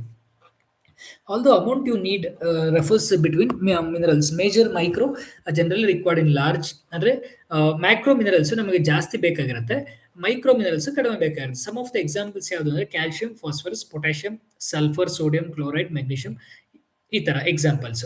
ಸೊ ಹಾಗಿದ್ರೆ ನಮ್ಮ RDA ಏನ್ ಬೇಕು ಅಂದ್ರೆ ಪ್ರತಿನಿತ್ಯ ನಾವು ಎಷ್ಟು ಮಿನರಲ್ ನ ಪರ್ ಡೇ ಕನ್ಸ್ಯೂಮ್ ಮಾಡಬೇಕು ಅನ್ನೋದಾದ್ರೆ, ಸೊ ನೋಡಿ, ಮೊದಲನೇದಾಗಿ ಕ್ಯಾಲ್ಸಿಯಂ ಮೇಲ್ ಅಂಡ್ ಫಿಮೇಲ್ಗೆ 1000 mg ಪರ್ ಡೇ. ಅಂದ್ರೆ ನಾವು ಪ್ರತಿನಿತ್ಯ 1000 mg ಕ್ಯಾಲ್ಸಿಯಂ ನ ಕನ್ಸ್ಯೂಮ್ ಮಾಡಬೇಕು, ನಮ್ಮ ಬೋನ್ಸ್ ಟೀತ್ ಸ್ಟ್ರಾಂಗ್ ಆಗಿರ್ಬೇಕು ಅಂದ್ರೆ. ಅದಾದ ನಂತರ ಫಾಸ್ಫರಸ್ 600 mg ಬೇಕು ನಮಗೆ. ಪೊಟ್ಯಾಷಿಯಂ 3500 mg ಬೇಕು ನಮಗೆ. ಸೊ ಕ್ಯಾಲ್ಸಿಯಂ, ಫಾಸ್ಫರಸ್ ನಮಗೆ ರಿಚ್ ಫುಡ್ ಯಾವುದು ಅಂತಂದ್ರೆ ಡೈರಿ ಪ್ರಾಡಕ್ಟ್ಸ್. ಪೊಟ್ಯಾಷಿಯಂ ಯಾವ್ದ್ರಲ್ಲಿ ರಿಚ್ ಆಗಿರುತ್ತೆ ಅಂತಂದ್ರೆ ಎಸ್ಪೆಷಲಿ ನಮಗೆ ಬನಾನಾಸ್ ಅಲ್ಲಿ ರಿಚ್ ಆಗಿರುತ್ತೆ, ಆಮೇಲೆ ಬಂದು ಫ್ರೂಟ್ಸ್ ಗಳಲ್ಲಿ ರಿಚ್ ಆಗಿರುತ್ತೆ ಯಥೇಚ್ಛವಾಗಿ. ಆಮೇಲೆ magnesium 440 for mail, 370 for female. Magnesium deficient ಆದಾಗ ಏನಾಗುತ್ತೆ, ಸರಿಯಾಗಿ ನಿದ್ದೆ ಬರ್ದೇ ಇರುವಂಥದ್ದು, ತಲೆನೋವು ಬರೋದು, ಇದೆಲ್ಲ ಆಗುತ್ತೆ. ಐರನ್ 19 ಮೇಲ್ಗೆ, 29 ಫೀಮೇಲ್ಗೆ. ಅಗೇನ್ ಐರನ್ ಕಡಿಮೆ ಡೆಫಿಷಿಯನ್ಸಿ ಆದ್ರೆ ಅನೇಮಿಯಾ ಈ ತರ ಆಗುತ್ತೆ, ಕೂದು ಉದ್ರೋದು, ಇದೆಲ್ಲ ಡ್ಯಾಂಡ್ರಫ್ ಆಗೋದು, ಇದೆಲ್ಲ. ಜಿಂಕ್ ಕಡಿಮೆ ಆದ್ರೆ ನಮಗೆ ಇಮ್ಯುನಿಟಿ ಪವರ್ ಕಡಿಮೆ ಆಗುತ್ತೆ. 14.1 ಮೇಲ್ಸ್ಗೆ, 11 ಫೀಮೇಲ್ಸ್ಗೆ ಬೇಕಾಗುತ್ತೆ. Copper 1.7, these are trace minerals ಇವೆಲ್ಲ. ಕಾಪರ್, ಕ್ರೋಮಿಯಂ, ಫ್ಲೂರೈಡ್ ಇದು ಮೋಸ್ಟ್ ಇಂಪಾರ್ಟೆಂಟ್ ಅಗೇನ್. ಯಾಕೆ ಅಂತಂದ್ರೆ ನಮ್ಗೆ ಡೆಂಟಲ್ ಫ್ಲೂರೋಸಿಸ್ ಅಂತ ಕರಿತೀವಿ. ಅಂದ್ರೆ ನಮ್ಮ ಹಲ್ಲುಗಳು ಒಂಥರ ಲೈಕ್ ವೈಟಿಶ್ ಎಲ್ಲೋ ಕಲರ್ ಆಗುತ್ತೆ. ಅದು ಯಾಕೆ ಅಂತಂದ್ರೆ ಫ್ಲೂರೈಡ್ ಕಂಟೆಂಟ್ ಕಡಿಮೆ ಆದ್ರೆ ಈ ತರ ಆಗುವಂತ ಚಾನ್ಸಸ್ ಇರುತ್ತೆ. ನೆಕ್ಸ್ಟ್ ಬಂದು ಅಯೋಡಿನ್, ಇದು 140 mg. ಅಯೋಡಿನ್ ಕಡಿಮೆ ಆದ್ರೆ ಏನಾಗುತ್ತೆ, ಗಾಯ್ಟರ್ ಆಗುತ್ತೆ, ಅಂದ್ರೆ ಗಂಟ್ಲು, ಅಂದ್ರೆ ಗಳಗಂಟ ಅಂತ ಕರಿತೀವಿ, ಗಂಟ್ಲು ದಪ್ಪ ಆಗುತ್ತೆ. ನೆಕ್ಸ್ಟ್ ಬಂದು ಸೆಲೇನಿಯಮ್, ಆಮೇಲೆ manganese 4, molybdenum 45, sodium 2000 mg per day. ಈ ಸೋಡಿಯಂ ನಮಗೆ ಈಸಿಯಾಗಿ ಸಿಗುತ್ತೆ, ಯಾಕೆ ಅಂತಂದ್ರೆ ನಾವು ಕನ್ಸ್ಯೂಮ್ ಮಾಡುವಂತ ಪ್ರತಿಯೊಂದು ಆಹಾರದಲ್ಲಿ ಕೂಡ ಸೋಡಿಯಂ ಅನ್ನತಕ್ಕಂಥ ಯಥೇಚ್ಛವಾಗಿರುತ್ತೆ. ಅಂದ್ರೆ ನಾವು ಪ್ರತಿದಿನ ಮನೇಲಿ ಯೂಸ್ ಮಾಡುವಂತ ಸಾಲ್ಟ್, ಕಾಮನ್ ಸಾಲ್ಟ್ ಏನ್ ಮಾಡ್ತೀವಿ, ಅದು ಸೋಡಿಯಂ ಜಾಸ್ತಿ ಇರುತ್ತೆ. ಸೊ ಹಾಗಾದ್ರೆ ನಮಗೆ ಕ್ಯಾಲ್ಸಿಯಂ ರಿಚ್ ಪ್ರಾಡಕ್ಟ್ಸ್ ಯಾವ್ದೆಲ್ಲ ಅಂತಂದ್ರೆ ಇಷ್ಟೆಲ್ಲ ರಿಚ್ ಪ್ರಾಡಕ್ಟ್ಸ್ ಗಳಿದಾವೆ. ಡೈರಿ ಆಗಿರ್ಬೋದು, ಸೀ ಫುಡ್ ಆಗಿರ್ಬೋದು, ವೆಜಿಟೇಬಲ್ಸ್ ಆಗಿರ್ಬೋದು, ನಟ್ಸ್, ಸೀಡ್ಸ್ ಆಗಿರ್ಬೋದು, ಗಾರ್ಲಿಕ್, ಪಂಪ್ಕಿನ್ ಎಕ್ಸೆಟ್ರಾ. ಸೊ ಇವೆಲ್ಲ ಫ್ರೂಟ್ಸ್ಗಳು, ನಮ್ಮ ಫ್ರೂಟ್ಸ್, ವೆಜಿಟೇಬಲ್ಸ್, ಸೆರಲ್ಸ್, ಪಲ್ಸಸ್ ಇಂದ ನಮಗೆ ಮಿನರಲ್ಸ್ ಕಂಟೆಂಟ್ ಯಥೇಚ್ಛವಾಗಿ ಸಿಗುತ್ತೆ. ಸೊ ಈ ಟೇಬಲ್ ಏನ್ ನೋಡ್ತಿದ್ರಲ್ಲ, ಈ RDA ಟೇಬಲ್ ಇಂದ ನಮ್ಮ ಮಿನರಲ್ಸ್, ನಾವು ತಗೊಳ್ಳುವಂತ ಮಿನರಲ್ಸ್ ಅಥವಾ ಏನ್ ಕನ್ಸ್ಯೂಮ್ ಮಾಡ್ತೀವಲ್ಲ ಮಿನರಲ್ಸ್, ಎಷ್ಟೆಷ್ಟು mg ನಮಗೆ ಇರಬೇಕು ಅನ್ನೋದ್ರಿಂದ ನಾವು ತಿಳ್ಕೊಬಹುದು. ಇಷ್ಟು ನಮಗೆ ಎಸೆನ್ಷಿಯಲ್ ಆಗಿರುತ್ತೆ. ಸೊ ಹಾಗಿದ್ರೆ ಈ ಮಿನರಲ್ ಡೆಫಿಷಿಯನ್ಸಿಯಿಂದ ಬರುವಂತ ಡಿಸೀಸ್ ಏನು, ರಿಕೆಟ್ಸ್ ಅಂದ್ರೆ ವೈಟಮಿನ್ ಡಿ ಡೆಫಿಷಿಯನ್ಸಿ ಆದಾಗ ಏನಾಗುತ್ತೆ, ಕಾಲುಗಳ ಇತರ ಮೂಳೆಗಳು ಸೊಟ್ಟಾಗುತ್ತೆ. ಗಾಯ್ಟರ್ ಇದು ಡೆಫಿಷಿಯನ್ಸಿ ಆಫ್ ಅಯೋಡಿನ್ ಕಂಟೆಂಟ್ ಇಂದ. ಕ್ಯಾಲ್ಸಿಯಂ ಡೆಫಿಷಿಯನ್ಸಿ ಆದಾಗ ಏನಾಗುತ್ತೆ, ಈ ತರ ಮೈಂಡ್ ಡಿಪ್ರೆಷನ್ ಆಗುವಂಥದ್ದು, ಟೂತ್ ಹಲ್ಲು ಉಳ್ಕಲ್ ಆಗುವಂಥದ್ದು, ಹಾರ್ಟ್ ಪ್ರಾಬ್ಲಮ್ ಬರುವಂಥದ್ದು, ಡರ್ಮಟೈಟಿಸ್ ಆಗುತ್ತೆ, ಉಗುರುಗಳು ಗಟ್ಟಿ ಇರೋದಿಲ್ಲ, ಆಸ್ಟಿಯೋಪೊರೋಸಿಸ್ ಆಗುತ್ತೆ, ಅಂದ್ರೆ ಮೂಳೆಗಳು ತುಂಬಾ ಸಾಫ್ಟ್ ಆಗುವಂಥದ್ದು. ಅದೇ ರೀತಿ ಮೆಗ್ನೀಷಿಯಂ ಡೆಫಿಷಿಯನ್ಸಿ ಆದಾಗ ಫ್ಲೂ ಸಿಂಪ್ಟಮ್ಸ್, ಅಂದ್ರೆ ಯಥೇಚ್ಛವಾಗಿ ನಮಗೆ ಕೋಲ್ಡ್ ಆಗುವಂಥದ್ದು, ಇಲ್ಲ ಸ್ನೀಸ್ ಬರುವಂಥದ್ದು, ಇದೆಲ್ಲ ಮೆಗ್ನೀಷಿಯಂ ಡೆಫಿಷಿಯನ್ಸಿ. ನಂಬ್ನೆಸ್, ಟಿಂಗ್ಲಿಂಗ್ ಆಗುತ್ತೆ, ಕೈಯೆಲ್ಲ ಒಂಥರ ಏನೋ ಜುಮ್ ಅನ್ನೋ ತರ ಆಗುತ್ತೆ. ಮಸಲ್ ಕ್ರಾಂಪ್ಸ್, ಅಂದ್ರೆ ನಮ್ಮ ಮಸಲ್ಸ್ ಎಲ್ಲ ಒಂಥರ ಪೈನ್ ಬರುವಂಥದ್ದು. ಆಮೇಲೆ ಪರ್ಸನಾಲಿಟಿ ಚೇಂಜ್ ಆಗುವಂಥದ್ದು, ಸೀಜರ್ಸ್ ಆಗುವಂಥದ್ದು, ಅಂದ್ರೆ ಫಿಟ್ಸ್ ಅಂತ ಕರಿತೀವಲ್ಲ ಅದು. ನೆಕ್ಸ್ಟ್ ಅಬ್ನಾರ್ಮಲ್ ಹಾರ್ಟ್ ರಿದಮ್ ಆಗುವಂಥದ್ದು, ಅಂದ್ರೆ ಹಾರ್ಟ್ ಬೀಟ್ ನಾರ್ಮಲ್ ಆಗಿರಲ್ಲ. ಇದೆಲ್ಲ ಬಂದು ನಮ್ಮ ಮೆಗ್ನೀಷಿಯಂ ಡೆಫಿಷಿಯನ್ಸಿ ಆಗಿರುತ್ತೆ. ಅದೇ ರೀತಿ ಐರನ್ ಡೆಫಿಷಿಯನ್ಸಿಯಿಂದ ಏನಾಗುತ್ತೆ ಅಂದ್ರೆ ಶಾರ್ಟ್ನೆಸ್ ಹೋಗ್ಬೇಕಂದ್ರೆ ಉಸಿರಾಟಕ್ಕೆ ತೊಂದರೆ ಆಗುತ್ತೆ, ಕಡಿಮೆ ಆಗುತ್ತೆ, ವೀಕ್ನೆಸ್ ಆಗುತ್ತೆ, ಸುಸ್ತಾಗುತ್ತೆ, heart palpitation, again heartbeat change, ಏರುಪೇರು, ಮೇಲೆ ಕೆಳಗೆ ಆಗ್ತಿರುತ್ತೆ. ಪುವರ್ ಫೋಕಸ್, ನಾವು ಫೋಕಸ್ ಮಾಡ್ಲಿಕ್ಕೆ ಆಗಲ್ಲ, ಕಷ್ಟ ಆಗ್ತಿರುತ್ತೆ. ರೆಸ್ಟ್ಲೆಸ್ ಲೆಗ್ ಸಿಂಡ್ರೋಮ್, ಅಂದ್ರೆ ಸ್ವಲ್ಪ ನಡೆದ್ರು ಕೂಡ ನಮಗೆ ಕಾಲುಗಳ ನೋವು ಬರ್ಲಿಕ್ಕೆ ಶುರು ಆಗುತ್ತೆ. ಹೆಡ್ಏಕ್ ಬರುತ್ತೆ, ಅಂದ್ರೆ ತಲೆನೋವು ಬರುತ್ತೆ, ವೀಕ್ನೆಸ್ ಆಗುತ್ತೆ. ಸೊ ಇಷ್ಟೆಲ್ಲ ಬಂದು ನಮ್ಮ ಐರನ್ ಇನ ಡೆಫಿಷಿಯನ್ಸಿಯಿಂದ ಆಗುವಂತ ಕಾರಣಗಳು. ಅದರ ಜೊತೆಗೆ poor bone health, low absorption of calcium which is required for bone formation. ನಮ್ಮ ದೇಹದಲ್ಲಿ ಕ್ಯಾಲ್ಸಿಯಂ ಕಡಿಮೆ ಆದ್ರೆ ಈ ತರ ಆಗುತ್ತೆ. ಬ್ರಿಟಲ್ ಟೂತ್, ಅಗೇನ್ ನೋಡಿ, ಹಲ್ಲುಗಳ ಫ್ಲೂರೋಸಿಸ್ ಅಂತ ಹೇಳಿದೆ. ಫ್ಲೂರೈಡ್ ಕಂಟೆಂಟ್ ನಮ್ಮ ಪೇಸ್ಟ್ ನಲ್ಲಿ ನಾವೇನ್ ಯೂಸ್ ಮಾಡ್ತೀವಿ ಅದರಲ್ಲಿ ಫ್ಲೂರೈಡ್ ಕಂಟೆಂಟ್ ನಮಗೆ ಪೇಸ್ಟ್ ಮೂಲಕ ಸಿಗುತ್ತೆ. ಇವನ್ ಅದು ಜಾಸ್ತಿನೂ ಆಗಬಾರ್ದು, ಕಡಿಮೆನೂ ಆಗಬಾರ್ದು. Next impaired immunity, because vitamin C, zinc ಕಡಿಮೆ ಆದಾಗ, ಡಿಪ್ರೆಷನ್, ವೈಟಮಿನ್ ಡಿ ಕಡಿಮೆ ಆದಾಗ, ಲೋ ಲೆವೆಲ್ಸ್ ಆದಾಗ ಮೆಂಟಲ್ ಇಲ್ನೆಸ್ ಈ ತರ ಆಗುತ್ತೆ. ಇದೆಲ್ಲ ನಮ್ಮ ಮಿನರಲ್ ಡೆಫಿಷಿಯನ್ಸಿಯಿಂದ ಬರುವಂತ ಕಾಯಿಲೆಗಳು. ನೆಕ್ಸ್ಟ್ ನೋಡೋಣ ಬನ್ನಿ. Most important aspect of our nutrition ಯಾವುದು? ಪ್ರೋಟೀನ್. ಸೊ ಈ ಪ್ರೋಟೀನ್ ಅನ್ನತಕ್ಕಂಥದ್ದು ಎಷ್ಟು ಇಂಪಾರ್ಟೆಂಟ್ ಇದೆ ನಮ್ಮ ದೇಹಕ್ಕೆ ಅನ್ನೋದನ್ನ ತಿಳ್ಕೊಳ್ಳೋಣ. So protein are essential building blocks for our bodies, acting as a microscopic machines that help us grow, repair tissues, and perform various functions. They are made up of smaller unit cells called amino acids and are crucial from a building muscles to creating enzymes and hormones, provide structure to cells and tissues throughout your body, transport small molecules throughout your body. For example, in your blood called hemoglobin, a special parcel service that carries oxygen to all your body tissues. So ನೋಡಿ, proteins ಅನ್ನತಕ್ಕಂಥದ್ದು ನಮಗೆ ದೇಹಕ್ಕೆ muscle building ಬೇಕಾಗಿರುವಂಥದ್ದು especially. So ಈ proteins ಏನರಿಂದ ಕೂಡಿರುತ್ತೆ ಅಂದ್ರೆ they are made up of amino acids. ಇದು ನಮ್ಮ body ಮಸಲ್ಸ್ಗೆ help ಮಾಡುತ್ತೆ. ಅದಾದ ನಂತರ ಏನು, ನಮಗೆ ಬ್ಲಡ್ ಅಲ್ಲಿ ಹಿಮೋಗ್ಲೋಬಿನ್ ಕಂಟೆಂಟ್ ಅಂತ ಇರುತ್ತೆ. ಸೊ ಪ್ರೋಟೀನ್, ನಮ್ಮ ಬ್ಲಡ್ ಅಲ್ಲಿ ಇರುವಂತ ಹಿಮೋಗ್ಲೋಬಿನ್ ಏನು, ಅದು ಪ್ರೋಟೀನ್. ಇದು ನಮ್ಮ ದೇಹದಲ್ಲಿ ಆಕ್ಸಿಜನ್ ಕಂಟೆಂಟ್ ನ ಕ್ಯಾರಿ ಮಾಡಲಿಕ್ಕೆ ಸಹಾಯ ಮಾಡುತ್ತೆ. Next, protein can serve 4 kilocalorie of energy per gram but not primary source of energy. ಅಂದ್ರೆ ಪ್ರೋಟೀನ್ 4 ಕಿಲೋ ಕ್ಯಾಲರಿ ನಮ್ಗೆ ಎನರ್ಜಿ ಕೊಡುತ್ತೆ, ಬಟ್ ಅದು ಪ್ರೈಮರಿ ಸೋರ್ಸ್ ಆಫ್ ಎನರ್ಜಿ ಆಗಿರಲ್ಲ. Next, proteins are important sources of nitrogen. ಅಂದ್ರೆ ಪ್ರೋಟೀನ್ಸ್ಗಳು ನಮ್ಮ ನೈಟ್ರೋಜನ್ಗೆ ತುಂಬಾನೇ ಇಂಪಾರ್ಟೆಂಟ್ ಸೋರ್ಸ್ ಆಗಿರುತ್ತೆ. Mainly 2 types of proteins. ಅದು ಯಾವ್ದೆಲ್ಲ ಅಂತಂದ್ರೆ plant protein sourced from plant and vegetarian, animal protein sourced from animal and or non vegetarian sources. ಅಂದ್ರೆ ನೋಡಿ, ಪ್ಲಾಂಟ್ ಪ್ರೋಟೀನ್ ಅಂದ್ರೆ ಈ ತರ ಇರುತ್ತೆ, ಅನಿಮಲ್ ಪ್ರೋಟೀನ್ ಅಂದ್ರೆ ಯಾವ ರೀತಿ ಇರುತ್ತೆ. ಇವೆಲ್ಲ ಪ್ರೋಟೀನ್ ಅಂದ್ರೆ ನಮ್ಮ ಮಸಲ್ ಬಿಲ್ಡ್ ಮಾಡ್ಲಿಕ್ಕೆ ಬೇಕಿರುವಂತ ಪ್ರೋಟೀನ್ಸ್. ಅಮೈನೋ ಆಸಿಡ್ಸ್, ಇದು ಅಮೈನೋ ಆಸಿಡ್ಸ್ ಅಂದ್ರೆ ಈ ತರ ಕೆಮಿಕಲ್ ಸ್ಟ್ರಕ್ಚರ್ಸ್ ಈ ತರ ಇರುತ್ತೆ. ಓಕೆ. ಸೊ ಪ್ಲಾಂಟ್ ಪ್ರೋಟೀನ್ ಯಾವುದು ಅಂತಂದ್ರೆ ನಮಗೆ ಕಾಳುಗಳು, ಸೀಡ್ಸ್ಗಳು, ಮಿಲ್ಲೆಟ್ಸು ಎಕ್ಸೆಟ್ರಾ. ಅನಿಮಲ್ ಪ್ರೋಟೀನ್ ಯಾವುದು ಅಂತಂದ್ರೆ cheese, egg, meat etcetera. So ಇದು ನಮ್ಮ ಪ್ರೋಟೀನ್ ಬಗ್ಗೆ ಒಂದು ಸಿಂಪಲ್ ಮಾಹಿತಿ ನಿಮಗೆ. ಸೊ ಯಾರೆಲ್ಲ ಪ್ರೋಟೀನ್ಸ್ ಕನ್ಸ್ಯೂಮ್ ಮಾಡಬೇಕು, ನಮ್ಮ ಮಸಲ್ ಬಿಲ್ಡ್ ಮಾಡಬೇಕು, ಬಾಡಿ ಬಿಲ್ಡಿಂಗ್ ಮಾಡಬೇಕು, ಸೊ ಅವರಿಗೆ ಮೋಸ್ಟ್ ಇಂಪಾರ್ಟೆಂಟ್ ಆಸ್ಪೆಕ್ಟ್ ಏನು ಅಂತಂದ್ರೆ ಈ ಪ್ರೋಟೀನ್ ಬಗ್ಗೆ. ಸೊ ಹಾಗಿದ್ರೆ ಪ್ರೋಟೀನ್ ಡೆಫಿಷಿಯನ್ಸಿಯಿಂದ ಏನಾಗುತ್ತೆ ಅಂತ ನೋಡೋಣ ಬನ್ನಿ. So science of protein deficiency, ನಮ್ಮ ಬಾಡಿಯಲ್ಲಿ ಪ್ರೋಟೀನ್ ಡೆಫಿಷಿಯನ್ಸಿ ಇದ್ರೆ ಏನಾಗುತ್ತೆ ಅಂತಂದ್ರೆ ಮುಖ್ಯವಾಗಿ ಏರ್ ಲಾಸ್ ಆಗುತ್ತೆ. ಅದು ಆಮೇಲೆ ಎಡೆಮ್ ಆಗುವಂಥದ್ದು, ಮಸಲ್ಸ್ ಎಲ್ಲ ಒಂಥರ ಇದು ಕಳ್ಕೊಳ್ಳುವಂಥದ್ದು,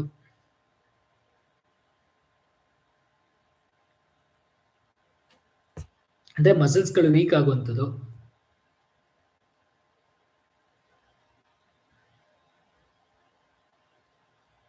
ಅದಾದ ನಂತರ ಮಸಲ್ ವೀಕ್ನೆಸ್ ಆಗುವಂಥದ್ದು, ಇನ್ಕ್ರೀಸ್ ಸಸೆಪ್ಟಬಿಲಿಟಿ ಟು ಇನ್ಫೆಕ್ಷನ್ಸ್ ಆಗುವಂಥದ್ದು, ಸ್ಲೋ ಇಲಿಂಗ್ ಪ್ರೊಸೆಸ್. ಸೊ ಇವೆಲ್ಲ ಬಂದು ನಮ್ಮ ಪ್ರೋಟೀನ್ ಡೆಫಿಷಿಯನ್ಸಿ ಆಗಿರುತ್ತೆ. ಅದೇ ರೀತಿ ಹಾರ್ಮ್ಫುಲ್ ಎಫೆಕ್ಟ್ಸ್ ಇದೆಲ್ಲ ಇದೆ. So recommended daily protein intake ಯಾವ ರೀತಿ ರೆಕಮೆಂಡ್ ಮಾಡ್ತಾರೆ ಆಸ್ ಪರ್ ICMR ಗೈಡ್ಲೈನ್ಸ್ ಪ್ರಕಾರ.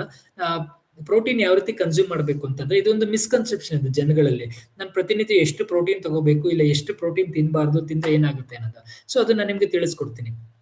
ಮೇಜರ್ ಆಗಿ ಸೆಡೆಂಟರಿ ಅಡಲ್ಟ್ಸ್ ಅಂದ್ರೆ ನಾರ್ಮಲ್ ಅಡಲ್ಟ್ಸ್ಗಳು ಯಾರು ಇರ್ತಾರೆ, ಜಸ್ಟ್ ಆಫೀಸ್ಗೆ ಹೋಗ್ತಾರೆ, ಮನೆಗೆ ಬರ್ತಾರೆ, ಅವ್ರ ಪಡೋರು ನಾರ್ಮಲ್ ಸೆಡೆಂಟರಿ ಲೈಫ್ ನ ಲೀಡ್ ಮಾಡ್ತಿರ್ತಾರೆ.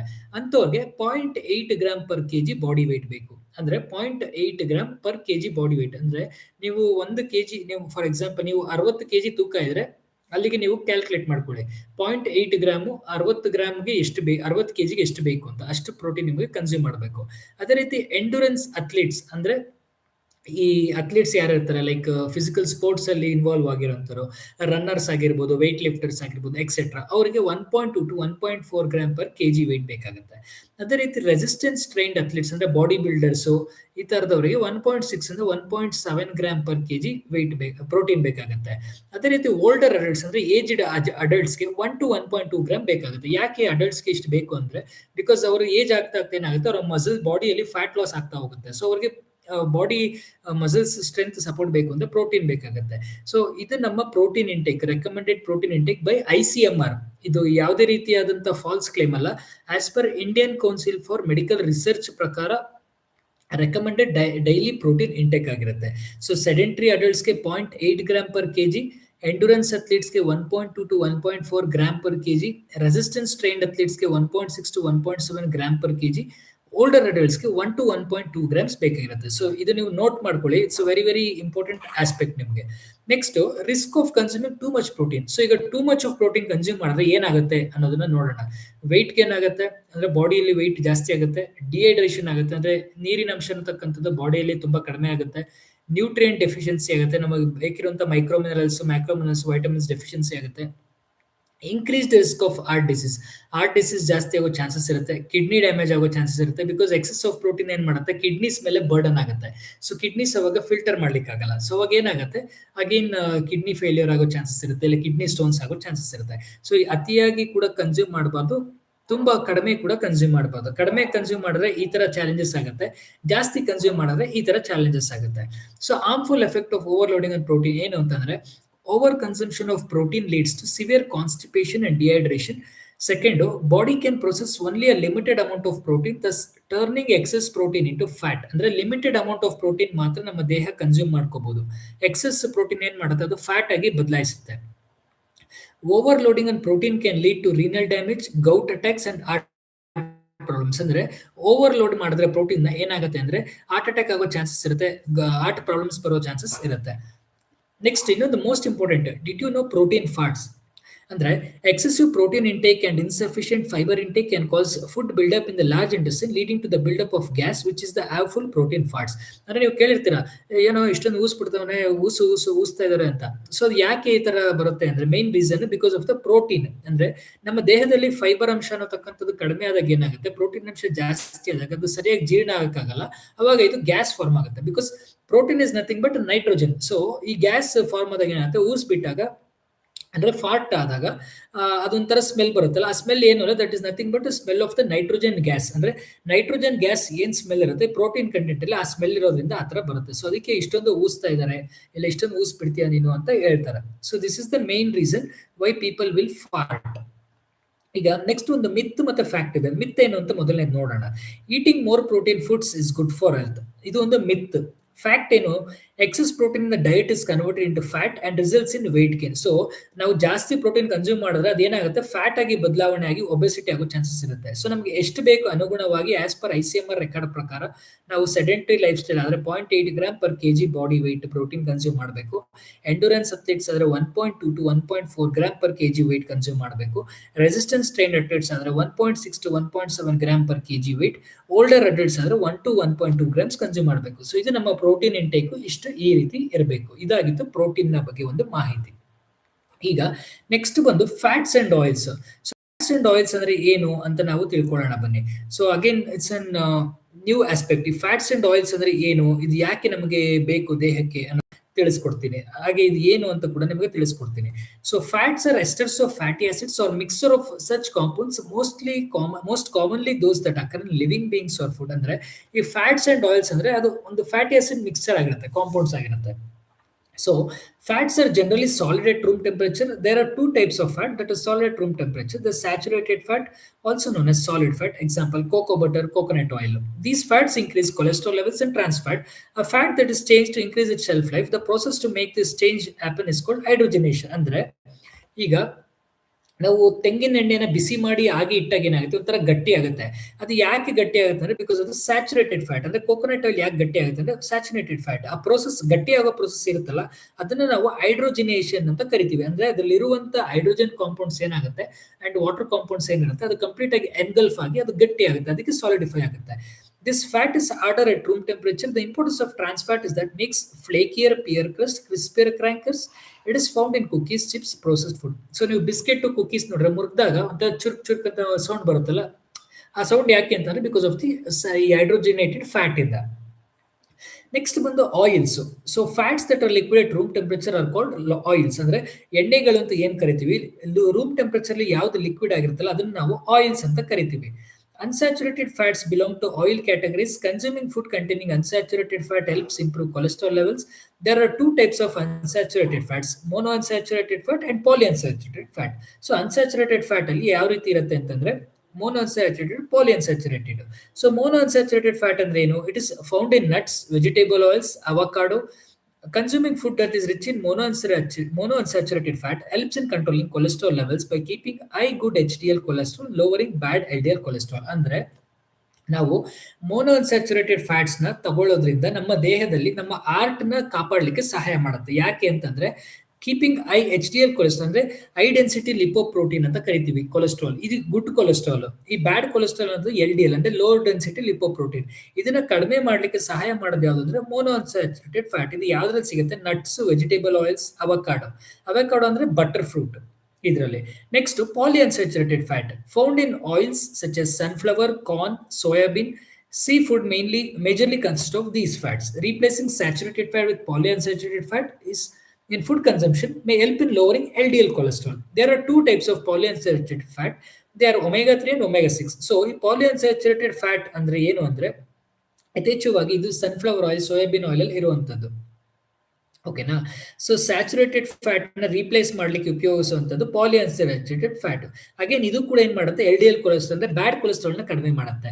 There are two types of polyunsaturated fat. ಯಾವುದು ಅಂದ್ರೆ ಒಮೆಗಾ 3, ಒಮೆಗಾ 6. ಇದು ಯಥೇಚ್ಛವಾಗಿ ನಮ್ಮ ಫಿಶ್ ಆಯಿಲ್ಸ್ ಅಲ್ಲಿ, ಸೀ ಫುಡ್ ಅಲ್ಲಿ ಜಾಸ್ತಿ ಕಾಣುತ್ತೆ. ಮತ್ತೆ ಸನ್ಫ್ಲವರ್ ಆಯಿಲ್, ಸೋಯಾಬೀನ್ ಆಯಿಲ್ ಇಂಥದ್ರಲ್ಲಿ ಜಾಸ್ತಿ ಇರುತ್ತೆ. ಆ ನಂತರ ನೆಕ್ಸ್ಟ್ ಕೊಲೆಸ್ಟ್ರಾಲ್. ಕೊಲೆಸ್ಟ್ರಾಲ್ ಅಂದ್ರೆ ಏನು ಅಂದ್ರೆ it's a lipid used in production of hormones, vitamin D, bile acids. Common sources are egg yolk, butter, cream, cheese. So cholesterol ಅನ್ನತಕ್ಕಂಥದ್ದು ಇದು ಹಾರ್ಮೋನ್ಸ್ ಅಲ್ಲಿ ಇರುತ್ತೆ. ವೈಟಮಿನ್ ಡಿ, ಬೈಲ್ ಆಸಿಡ್ಸ್ ಅಂದ್ರೆ ನಮ್ಮ ಲಿವರ್ ಇಂದ ಉತ್ಪಾದನೆ ಆಗುತ್ತದೆ ಬೈಲ್ ಆಸಿಡ್. ಬೈಲ್ ಡಕ್ಟ್ ಅಂತ ಇರುತ್ತೆ, ಅದ್ರಲ್ಲಿ ಉತ್ಪಾದನೆ ಆಗುತ್ತೆ. ಎಗ್ ಯೋಕ್ ಅಲ್ಲಿ ಇರುತ್ತೆ, ಕ್ರೀಮ್, ಬಟರ್, ಚೀಸ್ ಅಲ್ಲಿ ಇರುತ್ತೆ. Mainly two types of cholesterol. So H D L good cholesterol, ಇದು ಒಳ್ಳೆ cholesterol. Transport cholesterol back to the liver, prevents accumulation of blood vessels, plaque. ಅಂದ್ರೆ ಹಾರ್ಟ್ ಬ್ಲಾಕೇಜ್ ಯಾಕಾಗುತ್ತೆ ಅಂದ್ರೆ ಈ ಪ್ಲೇಕ್ ಅಂತ ಕರಿತೀವಿ, ಇದರಿಂದ ಬ್ಲಾಕೇಜ್ ಆಗುತ್ತೆ. L D L cholesterol, bad cholesterol tends to contribute to plaque build in blood vessel leading to atherosclerosis, thickening of arteries. So heart attack ಆಯ್ತು ಅಂತ ಕರೀತಾರಲ್ಲ, ಅದು ಯಾಕೆ ಅಂತಂದ್ರೆ ಬಿಕಾಸ್ ಆಫ್ ಈ ಪ್ಲೇಕ್ ಅನ್ನುವಂತ ಅಂಶ ಏನ್ ಬಿಲ್ಡ್ ಅಪ್ ಆಗುತ್ತೆ ಬ್ಲಡ್ ವೆಸಲ್ಸ್ ಅಲ್ಲಿ, ಅದರಿಂದ ಈ ಬ್ಯಾಡ್ ಕೊಲೆಸ್ಟ್ರಾಲ್ ಅಂತಕ್ಕಂಥದ್ದು ಜಾಸ್ತಿ ಆಗುತ್ತೆ. ಹಂಗಾಗಿ ನಾವು ಆದಷ್ಟು ಎಚ್ ಡಿ ಎಲ್ ಕೊಲೆಸ್ಟ್ರಾಲ್ ಅಂದ್ರೆ ಗುಡ್ ಕೊಲೆಸ್ಟ್ರಾಲ್ ನ ಕನ್ಸ್ಯೂಮ್ ಮಾಡಬೇಕು, ಎಲ್ ಡಿ ಎಲ್ ಕೊಲೆಸ್ಟ್ರಾಲ್ ನ ರೆಡ್ಯೂಸ್ ಮಾಡಬೇಕು. ಸೊ ಈಗ ನೀವು ಇಲ್ಲಿ ನೋಡಬಹುದು ಫ್ಯಾಟ್ಸ್ ಅಂಡ್ ಆಯಿಲ್ ಡಿಸೀಸ್ ಅಂದ್ರೆ ನಮಗೆ ಎಣ್ಣೆಯಿಂದ ಬರುವಂತ ಕಾಯಿಲೆಗಳು ಯಾವ ರೀತಿ ಇರುತ್ತೆ ಅಂತ ನೋಡಿ. ಇದು ನಮ್ಮ ಹೆಲ್ದಿ ಹಾರ್ಟ್ ಅಂದ್ರೆ ನಾರ್ಮಲ್ ಪರ್ಸನ್ ಯಾರು H D L cholesterol consume ಮಾಡ್ತಾರೆ, ನಾರ್ಮಲ್ ಎಕ್ಸರ್ಸೈಸ್ ಫಾಲೋ ಮಾಡ್ತಾರೆ, ಅವರ ಹಾರ್ಟ್ ಈ ತರ ಇರುತ್ತೆ. ಯಾರೆಲ್ಲ ನಾನ್ ಅಂದ್ರೆ ಬ್ಯಾಡ್ ಕೊಲೆಸ್ಟ್ರಾಲ್ ಕನ್ಸ್ಯೂಮ್ ಮಾಡ್ತಾರೆ, ಎಲ್ ಡಿ ಎಲ್ ಕೊಲೆಸ್ಟ್ರಾಲ್ ಜಾಸ್ತಿ ಇರುತ್ತೆ, ಒಬೇಸ್ ಆಗಿರ್ತಾರೆ, ಸ್ಮೋಕ್ ಮಾಡ್ತಾರೆ, ಅಂತವ್ರ ಹಾರ್ಟ್ಗೆ ಈ ತರ ಫ್ಯಾಟ್ ಈ ತರ ಡೆಪಾಸಿಟ್ ಆಗುತ್ತೆ. ನೋಡಿ ಈ ತರ ನಾರ್ಮಲ್ ಇರೋ ಹಾರ್ಟ್ ಯಾವ ರೀತಿ ಫ್ಯಾಟ್ ಈ ತರ ಡೆಪಾಸಿಟ್ ಆದಾಗ ಈ ತರ ಆಗ ಏನಾಗುತ್ತೆ, ಬ್ಲಡ್ ಫ್ಲೋ ಸರ್ಕ್ಯುಲೇಷನ್ ಸರಿಯಾಗಿ ಆಗಲ್ಲ. ಅವಾಗ ಏನಾಗುತ್ತೆ, ಹಾರ್ಟ್ ಅಟ್ಯಾಕ್ ಆಗುತ್ತೆ. ಸೊ ಇಲ್ಲಿ ನೀವು ನೋಡಬಹುದು H D L cholesterol consume ಮಾಡಿದಾಗ, L D L cholesterol consume ಮಾಡಿದಾಗ ಇದು ನಮ್ಮ ಆರ್ಟರೀಸ್, ವೆಸಲ್ಸ್, ಬ್ಲಡ್ ವೆಸಲ್ಸ್ ಏನಿರುತ್ತೆ, ಎಚ್ ಡಿ ಎಲ್ ಕೊಲೆಸ್ಟ್ರಾಲ್ ಜಾಸ್ತಿ ಇದ್ದಾಗ ಇದು ಕಂಪ್ಲೀಟ್ ಕ್ಲಿಯರ್ ಆಗಿರುತ್ತೆ. ಅಂದ್ರೆ ಸಿಂಪಲ್ ಆಗಿ ಹೇಳ್ಬೇಕು ಅಂದ್ರೆ ಈಗ ನಿಮ್ಮ ಮನೆಯಲ್ಲಿ ಒಂದು ವಾಟರ್ ಟ್ಯಾಂಕ್ ಇರುತ್ತೆ, ಪೈಪ್ ಇರುತ್ತೆ. ಆ ಪೈಪ್ ಟ್ಯಾಂಕ್ ಮುಖೇನ ಪೈಪ್ ಇಂದ ನೀರು ಎಲ್ಲಾ ಮನೆಗಳಿಗೆ ಕೊಳಾಯಲ್ಲಿ ಸಪ್ಲೈ ಆಗುತ್ತೆ. ಆ ಸಪ್ಲೈ ಆಗುವ ನೀರಿಗೆ ಏನಾದ್ರು ಬ್ಲಾಕೇಜ್ ಆಯ್ತು ಅಂದ್ರೆ ಏನಾದ್ರು ಸಾಲ್ಟ್ ಫಾರ್ಮೇಶನ್ ಆಯ್ತು ಪೈಪ್ ಅಲ್ಲಿ ಅಂದ್ರೆ ಏನಾಗುತ್ತೆ, ವಾಟರ್ ಬರಲ್ಲ, ಸ್ಟಾಪ್ ಆಗುತ್ತೆ ಟ್ಯಾಪ್ ಅಲ್ಲಿ. ಅದನ್ನ ಅದೇ ರೀತಿ ನಮ್ಮ ಹಾರ್ಟ್ ಅಲ್ಲಿ ಕೂಡ ಈ ಫ್ಯಾಟ್ ಡೆಪಾಸಿಟ್ ಆದಾಗ ಏನಾಗುತ್ತೆ, ಈ ತರ ಆರ್ಟರೀಸ್ ವೆಸಲ್ಸ್ಗೆ ಈ ತರ ಎಲ್ ಡಿ ಎಲ್ ಕೊಲೆಸ್ಟ್ರಾಲ್ ಏನ್ ಬ್ಯಾಡ್ ಕೊಲೆಸ್ಟ್ರಾಲ್ ಅಂತ ಕರಿತೀವಿ, ಈ ತರ ಕವರ್ ಆದಾಗ ಏನಾಗುತ್ತೆ, ಹಾರ್ಟ್ ಅಟ್ಯಾಕ್ ಆಗೋ ಚಾನ್ಸಸ್ ಇರುತ್ತೆ. ಸೊ ಹೆಲ್ದಿ ಬ್ಲಡ್ ವೆಸಲ್ ನೋಡಿ ಈ ತರ ಫ್ರೀ ಆಗಿರುತ್ತೆ. ಅಥೆರೋಸ್ಕ್ಲೆರೋಸಿಸ್ ಅಂತ ಏನ್ ಕರಿತೀವಿ ಅಂದ್ರೆ ಫ್ಯಾಟ್ ಡೆಪಾಸಿಟ್ ಆಗಿರೋ ಕಂಡೀಷನ್, ಈ ತರ ಫ್ಯಾಟ್ ಕೊಲೆಸ್ಟ್ರಾಲ್ ಫಾರ್ಮ್ ಆಗಿರುತ್ತೆ. So normal heart and arteries ನೋಡಿ ಈ ತರ ಇರುತ್ತೆ. ಪ್ಲೇಕ್ ಫಾರ್ಮ್ ಆಗಿರೋದು ಹಾರ್ಟ್ ಈ ತರ ಇರುತ್ತೆ. ಸೊ ಇದು ನೀವು ನೋಡಬಹುದು ಹೆಲ್ದಿ ಹಾರ್ಟ್ಗೂ ನಾನ್ ಹೆಲ್ದಿ ಹಾರ್ಟ್ಗೂ, H D L good cholesterol ಇರೋ ಹಾರ್ಟಿಗೂ, L D L bad cholesterol ಇರೋ ಹಾರ್ಟಿಗೂ ಡಿಫ್ರೆನ್ಸ್ ಇದೇನೆ. ಇದು ಏನ್ ರೀಸನ್ ಅಂದ್ರೆ ನಾವು ಯೂಸ್ ಮಾಡುವಂತ cooking oil, metabolic disorders, obesity, ನಾವು ಪ್ರೊಸೆಸ್ ಫುಡ್ ಜಾಸ್ತಿ ಕನ್ಸ್ಯೂಮ್ ಮಾಡೋದ್ರಿಂದ like pizza, burger, like chaats etcetera. ಆಮೇಲೆ high blood pressure, fatty liver diabetes ಈ ತರ ಇಂದ ಲಿಪಿಡ್ ಅಕ್ಯುಮುಲೇಷನ್ ಆಗೋದ್ರಿಂದ, ಅಥೆರೋಸ್ಕ್ಲೆರೋಸಿಸ್ ಇವೆಲ್ಲ ಆಗೋದ್ರಿಂದ ಏನಾಗುತ್ತೆ, ಕಾರ್ಡಿಯೋವ್ಯಾಸ್ಕ್ಯುಲರ್ ಡಿಸೀಸ್ ಅಂದ್ರೆ heart attack, heart related disease ಬರೋ ಚಾನ್ಸಸ್ ಜಾಸ್ತಿ ಇರುತ್ತೆ. ಅದೇ ರೀತಿ ಹೈ ಕೊಲೆಸ್ಟ್ರಾಲ್ ಡಿಸೀಸ್ ಇನ್ನು ಯಾವ್ದೆಲ್ಲ ಅಂದ್ರೆ ಪ್ಯಾಡ್ ಅಂತ ಕರಿತೀವಿ, ಅಂದ್ರೆ ಪೆರಿಫೆರಲ್ ಆರ್ಟರಿ ಡಿಸೀಸ್. ನಮ್ಮ ಕಾಲುಗಳಲ್ಲಿ ನರಗಳು ಏನಿರುತ್ತೆ ವೆಸಲ್ಸ್, ಬ್ಲಡ್ ವೆಸಲ್ಸ್, ಅದು ಸ್ವೆಲ್ ಆಗುವಂಥದ್ದು. ಆಮೇಲೆ ಸ್ಟ್ರೋಕ್ ಆಗುವಂಥದ್ದು, ಬ್ರೈನ್ಗೆ ಸ್ಟ್ರೋಕ್ ಆಗುವಂಥದ್ದು, high blood pressure, type 2 diabetes ಬರುವಂಥದ್ದು. ಸೊ ಇದೆಲ್ಲ ಬಂದು ಫ್ಯಾಟ್ಸ್ ಅಂಡ್ ಆಯಿಲ್ಸ್ ಇಂದ ಬರುವಂತ ಮುಖ್ಯವಾದಂತ ಕಾಯಿಲೆಗಳು. ಸೊ ಈಗ ವಾಟರ್ ಬಗ್ಗೆ ನೋಡೋಣ. ಸೊ ವಾಟರ್ ಯಾಕೆ ನಮ್ಗೆ ಇಂಪಾರ್ಟೆಂಟ್ ಅಂತ ನಾನು ನಿಮ್ಗೆ ತಿಳಿಸ್ಕೊಡ್ತೀನಿ.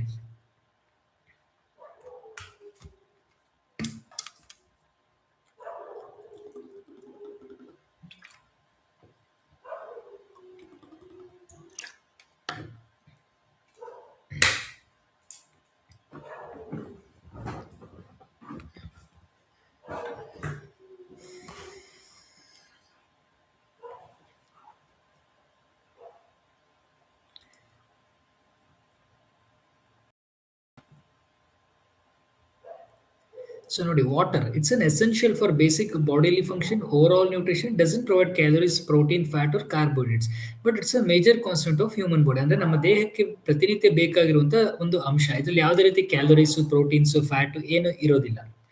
ಬಟ್ ಇದು ನಮಗೆ ತುಂಬಾನೇ ಎಸೆನ್ಷಿಯಲ್ ಆಗಿರುತ್ತೆ. ವಾಟರ್ ಅಂಡ್ ಅದರ್ ಬ್ಯೂರೇಜ್ ಅಂದ್ರೆ ಯಾವ್ದೆಲ್ಲ ಬ್ಯೂರೇಜಸ್ ನಾವು ಕನ್ಸ್ಯೂಮ್ ಮಾಡಬಹುದು ಅಂದ್ರೆ coconut water, lemon water etcetera. So ನಮ್ಮ ಫ್ಲೂಯಿಡ್ ರಿಕ್ವೈರ್ಮೆಂಟ್ಸ್ನ ಫುಲ್ಫಿಲ್ ಮಾಡ್ಲಿಕ್ಕೆ ಸಹಾಯ ಮಾಡುತ್ತೆ. ಸೊ ಈಗ ಯಾಕೆ ವಾಟರ್ ಬೇಕು, why do we need water ಅಂತಂದ್ರೆ, water accounts for 70% of our body weight. It is a constituent of blood and other vital body fluids. Water plays a key role in elimination of body waste and regulation of body temperature. The body loses water through sweat, urine and feces. This loss must be constantly made good with clean and potable water. A normal healthy person needs to drink about 8 glasses. ಅಂದ್ರೆ ಒಬ್ಬ healthy person ಪ್ರತಿನಿತ್ಯ 8 glass ನೀರನ್ನ ಕುಡಿಬೇಕಾಗುತ್ತೆ. ಆದರೆ ಒಂದು beverages ಮುಖಾಂತರ ಕೂಡ ಕುಡಿಬಹುದು. During very hot weather ಅಂದ್ರೆ summer ಟೈಮಲ್ಲಿ ವಿಗರಸ್ ಫಿಸಿಕಲ್ ಆಕ್ಟಿವಿಟಿ ಮಾಡಿದ್ರೆ ಎಕ್ಸೆಸ್ ಆಫ್ ವಾಟರ್ ಲಾಸ್ ಆಗುತ್ತೆ ಸ್ವೆಟ್ ಮುಖೇನ. ಸೊ ಅದನ್ನ ಅವರು ಫುಲ್ಫಿಲ್ ಮಾಡಬೇಕಾಗತ್ತೆ. ವಾಟರ್ ಯಾವಾಗ ಸೇಫ್ ಅಂತ ಕರಿತೀವಿ ಅಂದ್ರೆ, it is free from disease causing agents like bacteria, virus, parasite. ಅಂದ್ರೆ ಬ್ಯಾಕ್ಟೀರಿಯಾ, ವೈರಸ್, ಪ್ಯಾರಾಸೈಟ್ ಈ ತರ ಯಾವುದೇ ರೀತಿಯ ಮೈಕ್ರೋನಿಸಮ್ಸ್ ಇರಬಾರ್ದು. Harmful chemicals, pesticide, industrial waste, heavy metals, nitrate, arsenic, silica, excess of fluoride ಇವೆಲ್ಲ ಯಾವುದು ಕೂಡ ವಾಟರ್ ಅಲ್ಲಿ ಇರಬಾರ್ದು. Fluorosis is a disease that cause bone deformities, dental problems, results from drinking water containing excess of fluoride over long periods. Generally a concentration of 1 to 1.5 mg of fluoride per water per liter of drinking water is considered safe. ಅಂದ್ರೆ 1ರಿಂದ 1.5 mg of fluoride ನ water consume ಮಾಡೋದು safe. Excess of fluoride consume ಮಾಡೋದು ಏನಾಗುತ್ತೆ water ಅಲ್ಲಿ ನೋಡಿ ಈ ತರ ಪ್ರಾಬ್ಲಮ್ ಆಗುತ್ತೆ. ಸೊ ನಮ್ಮ ಡೈಜೆಸ್ಟಿವ್ ಸಿಸ್ಟಮ್ ಅಂದ್ರೆ ನಮ್ಮ ಹ್ಯೂಮನ್ ಫಿಸಿಯಾಲಜಿ ಅಂದ್ರೆ ನಾವು ನ್ಯೂಟ್ರಿಷನ್ ಬಗ್ಗೆ ಇಷ್ಟೊತ್ತು ತಿಳ್ಕೊಂಡ್ವಿ, ಏನೇನ್ ತಿಂದ್ರೆ ಏನೇನಾಗುತ್ತೆ ಅಂತ. ಸೊ ಈಗ ಡೈಜೆಸ್ಟಿವ್ ಸಿಸ್ಟಮ್ ಅಲ್ಲಿ ಯಾವ ರೀತಿ ನಮ್ಮ ನ್ಯೂಟ್ರಿಷನಲ್ ಪಾರ್ಟ್ ಯಾವ ರೀತಿ ಜೀರ್ಣ ಆಗುತ್ತೆ ಅಂತ ನೋಡೋಣ.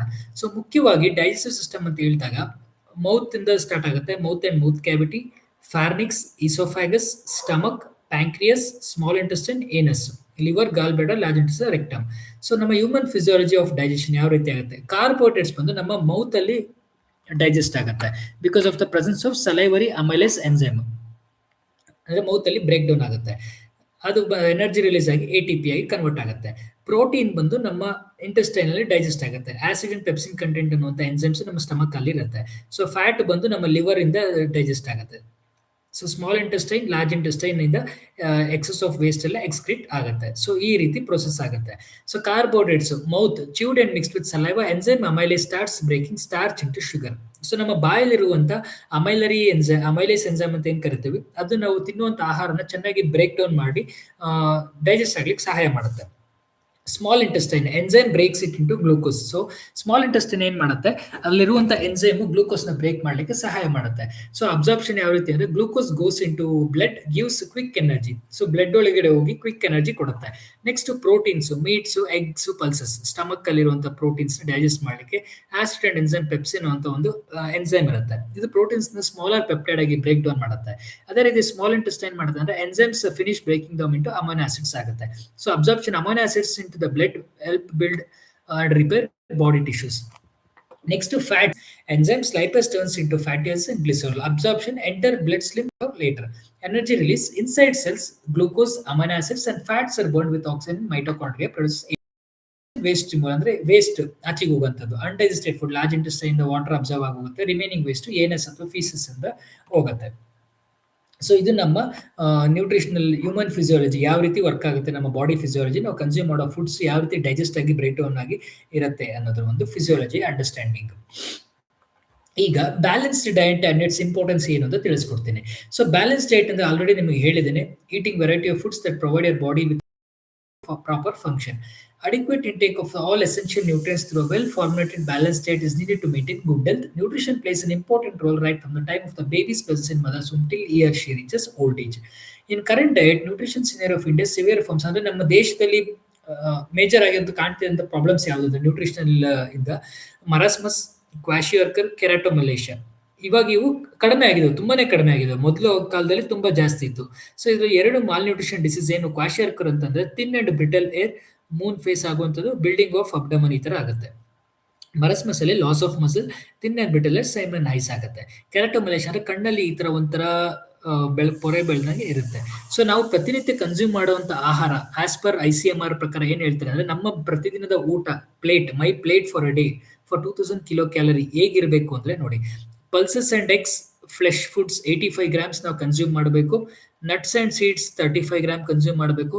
Fats and oils 27 gram consume ಮಾಡಬೇಕು. ಮಿಲ್ಕ್ ಕರ್ಡ್ ಅಥವಾ 300 ml ಕನ್ಸ್ಯೂಮ್ ಮಾಡಬೇಕು. ವೆಜಿಟೇಬಲ್ಸ್ ನಾವು ಒಂದು 400 ಗ್ರಾಮ್ಸ್ ಕನ್ಸ್ಯೂಮ್ ಮಾಡಬೇಕು. ಫ್ರೂಟ್ಸ್ ಒಂದು 100 ಗ್ರಾಮ್ಸ್ ನ ಕನ್ಸ್ಯೂಮ್ ಮಾಡಬೇಕು. ಅದೇ ರೀತಿ ಅದರ್ ಮಿನರಲ್ಸು ಅಂಡ್ ಸೆರಲ್ಸ್ನ ನಾವು 250 ಗ್ರಾಮ್ಸ್ ಕನ್ಸ್ಯೂಮ್ ಮಾಡಬೇಕು. ಸೊ ನಾವು ಪ್ರತಿನಿತ್ಯ ಊಟ ಮಾಡುವಂತ ಆಹಾರ plate since morning till night ನಮ್ಮ ಪ್ಲೇಟ್ ಅಲ್ಲಿ ಇಷ್ಟು ನಮ್ಮ ಫುಡ್ ನ ಇನ್ಕ್ಲೂಡ್ ಮಾಡಬೇಕು ಅಂತ ICMR ಅವರು, Indian council for medical research ಅವರು ರೆಕಮೆಂಡ್ ಮಾಡ್ತಾರೆ. ಸೊ ಈ ಡಯಟ್ ನ ಅಂದ್ರೆ ಈ ತರ ಫುಡ್ಸ್ ನಾವು ಕನ್ಸ್ಯೂಮ್ ಮಾಡೋದ್ರಿಂದ ನಮ್ಮ ಹೆಲ್ತ್ ಫಿಸಿಯಾಲಜಿಕಲ್ ಬಾಡಿ ಕೂಡ ತುಂಬಾ ಚೆನ್ನಾಗಿರುತ್ತೆ. So balanced diet and its importance ಏನು ಅಂತ ನಿಮಗೆ ತಿಳಿಸಿದ್ದೇನೆ. What is healthy meal and healthy food ಅಂತ ನೋಡೋಣ. ಹೆಲ್ತಿ ಮೀಲ್ ಅಂದ್ರೆ it's includes amount of vegetable, adequate whole grains, pulses, beans etcetera. ಅದೇ ರೀತಿ ಹೆಲ್ದಿ ಸ್ನ್ಯಾಕ್ ಅಂದ್ರೆ vegetable, fruit salad, seeds etcetera. Balance diet and ಯಾಕೆ ಬೇಕು ನಮಗೆ ಅಂತಂದ್ರೆ required calories, proteins, vitamins, minerals, adequate ಫೈಬರ್ಗೋಸ್ಕರ ಬ್ಯಾಲೆನ್ಸ್ ಡಯಟ್ ಅನ್ನೋತಕ್ಕಂಥದ್ದು ಒಂದು wholesome and nutritionally adequate diet ಆಗಿರುತ್ತೆ. Balanced diet can be achieved by eating diverse food since there is no single food item with all the essential nutrients. Balanced diet is needed for growth and development to sustain life, maintain health, optimum brain function, immune system. Exposure to sunlight obtaining vitamin D is also recommended. So ನಮ್ಮ balanced ಡಯಟ್ಗೆ ಏನಕ್ಕೆ ಯಾಕೆ importance ಅಂದ್ರೆ ಇಷ್ಟೆಲ್ಲ ನಮಗೆ importance ಸಿಗುತ್ತೆ. So ನಮ್ಮ balance diet as per ICMR pyramid ಪ್ರಕಾರ ಏನ್ ಹೇಳ್ತಾರೆ ಅಂದ್ರೆ ಇಷ್ಟು ನಾವು nuts and seeds, dairy products, legumes, cereals, fruits and vegetables ಅಂದ್ರೆ particular age group infants and young children, adolescent, adults ಯಾವ ರೀತಿ ಬ್ಯಾಲೆನ್ಸ್ ಡಯಟ್ ನಮಗೆ ಇಂಪಾರ್ಟೆಂಟ್ ಆಗುತ್ತೆ ನಮ್ಮ ಬಾಡಿ ಫಂಕ್ಷನಿಗೆ, ಫಿಸಿಕಲಿ ಆಕ್ಟಿವ್ ಆಗಿ ಹೆಲ್ದಿ ಆಗಿರ್ಲಿಕ್ಕೆ ಅನ್ನೋದನ್ನ ಇದ್ರ ಮುಖೇನ ನಾವು ಫಾಲೋ ಮಾಡಬೇಕಾಗುತ್ತೆ. ಸೊ ಯಾವ್ದೆಲ್ಲ ಫುಡ್ ಗ್ರೂಪ್ಸ್ ಅಂದ್ರೆ cereals and millets, pulses, vegetables, nuts, oil, seeds and fats, green leaf vegetable, fruits, dairy, roots and tubers, flesh foods, spices and herbs. So ಇಷ್ಟೆಲ್ಲ food groups ನಾವು consume ಮಾಡಬೇಕಾಗುತ್ತೆ. ನಮ್ಮ balance diet ನ importance ಆಗಿರುತ್ತೆ. So ಇದು ನೋಡಿ, ಇದು ಒಂದು ಚಾರ್ಟ್ ನಮ್ಮ nutritional plate. As a nutritionist ನಾವು ಪ್ಲಾನ್ ಮಾಡುವಂತ ಡಯಟ್ ಚಾರ್ಟ್ ಯಾವ ರೀತಿ ಇರುತ್ತೆ ಅಂದ್ರೆ, ಫಾರ್ ಎಕ್ಸಾಂಪಲ್ ನೀವು ವೆಯ್ಟ್ ಗೇನ್ ಮಾಡಬೇಕು ಇಲ್ಲ ವೆಯ್ಟ್ ಲಾಸ್ ಮಾಡ್ಕೋಬೇಕು ಅನ್ನೋರಿಗೆ ಈ ರೀತಿ ನಾವು ಸಜೆಸ್ಟ್ ಮಾಡ್ತೀವಿ. ಬೇಸ್ಡ್ ಆನ್ ಅವರ BMI ಅಂದ್ರೆ ಬಾಡಿ ಮಾಸ್ ಇಂಡೆಕ್ಸ್ ಮೇಲೆ ನಾವು ಡಿಸೈಡ್ ಮಾಡಿ ಅವ್ರು ಏನ ಕನ್ಸ್ಯೂಮ್ ಮಾಡಿದ್ರೆ ಎಷ್ಟು ಕ್ಯಾಲೋರೀಸ್ ಸಿಗುತ್ತೆ, ಎಷ್ಟು ಫ್ಯಾಟ್ ಸಿಗುತ್ತೆ, ಎಷ್ಟು ಪ್ರೋಟೀನ್ ಸಿಗುತ್ತೆ, ಅಂಡ್ ವೆಜಿಟೇರಿಯನ್ ಯಾವ ರೀತಿ, ನಾನ್ ವೆಜಿಟೇರಿಯನ್ ಯಾವ ರೀತಿ ಅಂತ ನಾವು ಪ್ಲಾನ್ ಮಾಡಿ ಸಜೆಸ್ಟ್ ಮಾಡ್ತೀವಿ. ಸೊ ಇದು ನಮ್ಮ ಬ್ಯಾಲೆನ್ಸ್ ಡಯಟ್ ನ ಇಂಪಾರ್ಟೆನ್ಸ್ ಆಗಿರುತ್ತೆ. ಯಾವ್ದೆಲ್ಲ ನ್ಯೂಟ್ರಿಯೆಂಟ್ಸ್, ಮೈಕ್ರೋ ಯಾವೆಲ್ಲ ಫ್ರೂಟ್ಸ್, ವೆಜಿಟೇಬಲ್ಸ್ ಅಲ್ಲಿ ಎಷ್ಟೆಷ್ಟು ಸಿಗುತ್ತೆ ನಾವು ಟೇಬಲ್ ನೀವು ನೋಡಬಹುದು. ಇದು ಸೋರ್ಸ್ ಬಂದು Indian food composition tables 2017 and nutritive values of Indian foods ಅಂದ್ರೆ ನಮ್ಮ ICMR ಪ್ರಕಾರ ತಗೊಂಡಿರುವಂತ ಟೇಬಲ್, ರೆಫರೆನ್ಸ್ ಟೇಬಲ್ ಆಗಿರುತ್ತೆ. Again same average micro nutrients, minerals food groups ಅಲ್ಲಿ ಬೇಕಿರುವಂತದ್ದು ಎಷ್ಟಿದೆ ಅನ್ನೋದು ನಮ್ಮ ICMR ಫುಡ್ ಕಾಂಪೋಸಿಷನ್ ಟೇಬಲ್ ಪ್ರಕಾರ ಇದನ್ನ ತಗೊಂಡಿರುವಂತದ್ದು. ಸೊ ಇಲ್ಲಿ ನೀವು ನೋಡ್ತಾ ಇದ್ದೀರಾ ಬ್ಯಾಲೆನ್ಸ್ ಡಯಟ್ ಅಂಡ್ ಇಂಪಾರ್ಟೆನ್ಸ್ ಯಾವ ರೀತಿ ಇದೆ. ಮೆನ್ನಿಗೆ ಎಷ್ಟು ಬೇಕು, ವಿಮೆನ್ಗೆ ಅಂದ್ರೆ ಏಜ್ ಗ್ರೂಪ್ ಆಗಿ ಪರ್ಟಿಕ್ಯುಲರ್ ಏಜ್ ಗ್ರೂಪ್ಸ್ಗೆ ಎಷ್ಟೆಷ್ಟು ಏನೇನು ಕನ್ಸ್ಯೂಮ್ ಮಾಡಬೇಕು ಅಂತ ನಮ್ಮ ICMR ಅಡಿಕ್ವೇಟ್ ರೆಫರೆನ್ಸ್ ನ ಕೊಟ್ಟಿರ್ತಾರೆ. ಅದ್ರ ಪ್ರಕಾರ ನಾವು ಕನ್ಸ್ಯೂಮ್ ಮಾಡಬೇಕಾಗುತ್ತೆ. ಸೊ ಫಾರ್ ಸಿಂಪಲ್ ಹೇಳ್ಬೇಕು ಅಂದ್ರೆ 20 to 30% of cereals should be from millets for adults. 20% of cereals should be from millets for children up to 10 years. Non-vegetarians ke 30 gram pulses may be substituted with meat. Continue breast milk, which is roughly 58 ml per day for infants. Sugar should be less than 5% of the total energy per day. ನಮ್ಮ sugar ನಾವು 5% ಗಿಂತ ಕಡಿಮೆ cut off ಮಾಡಬೇಕು. No added sugar for children less than 2 years old. Suggested food groups for children who are growing normally and for adults with normal BMI 18.5 to 23 ಇರಬೇಕು. Normal BMI ಅಡಲ್ಟ್ಸ್ಗೆ, ಅವಾಗ ಅವರ body mass index ಚೆನ್ನಾಗಿರುತ್ತೆ ಅಂತ. Suggested diets provide around 30% energy from total fats and 15% from protein. So age group for children boys example 1 to 3 means 1 to 3 year 11 months. So ಈ ತರ particular table ಪ್ರಕಾರ ನಾವು follow ಮಾಡಬೇಕಾಗುತ್ತೆ. So ಈಗ BMI ಅಂದ್ರೆ ಏನು ಅಂತ ತಿಳಿಸ್ಕೊಡ್ತೀನಿ. ಸೊ BMI ಅಂತಂದ್ರೆ body mass index. It's a measure of weight relative to height. It's a quick, low cost, reliable screening measure for underweight, overweight and obesity.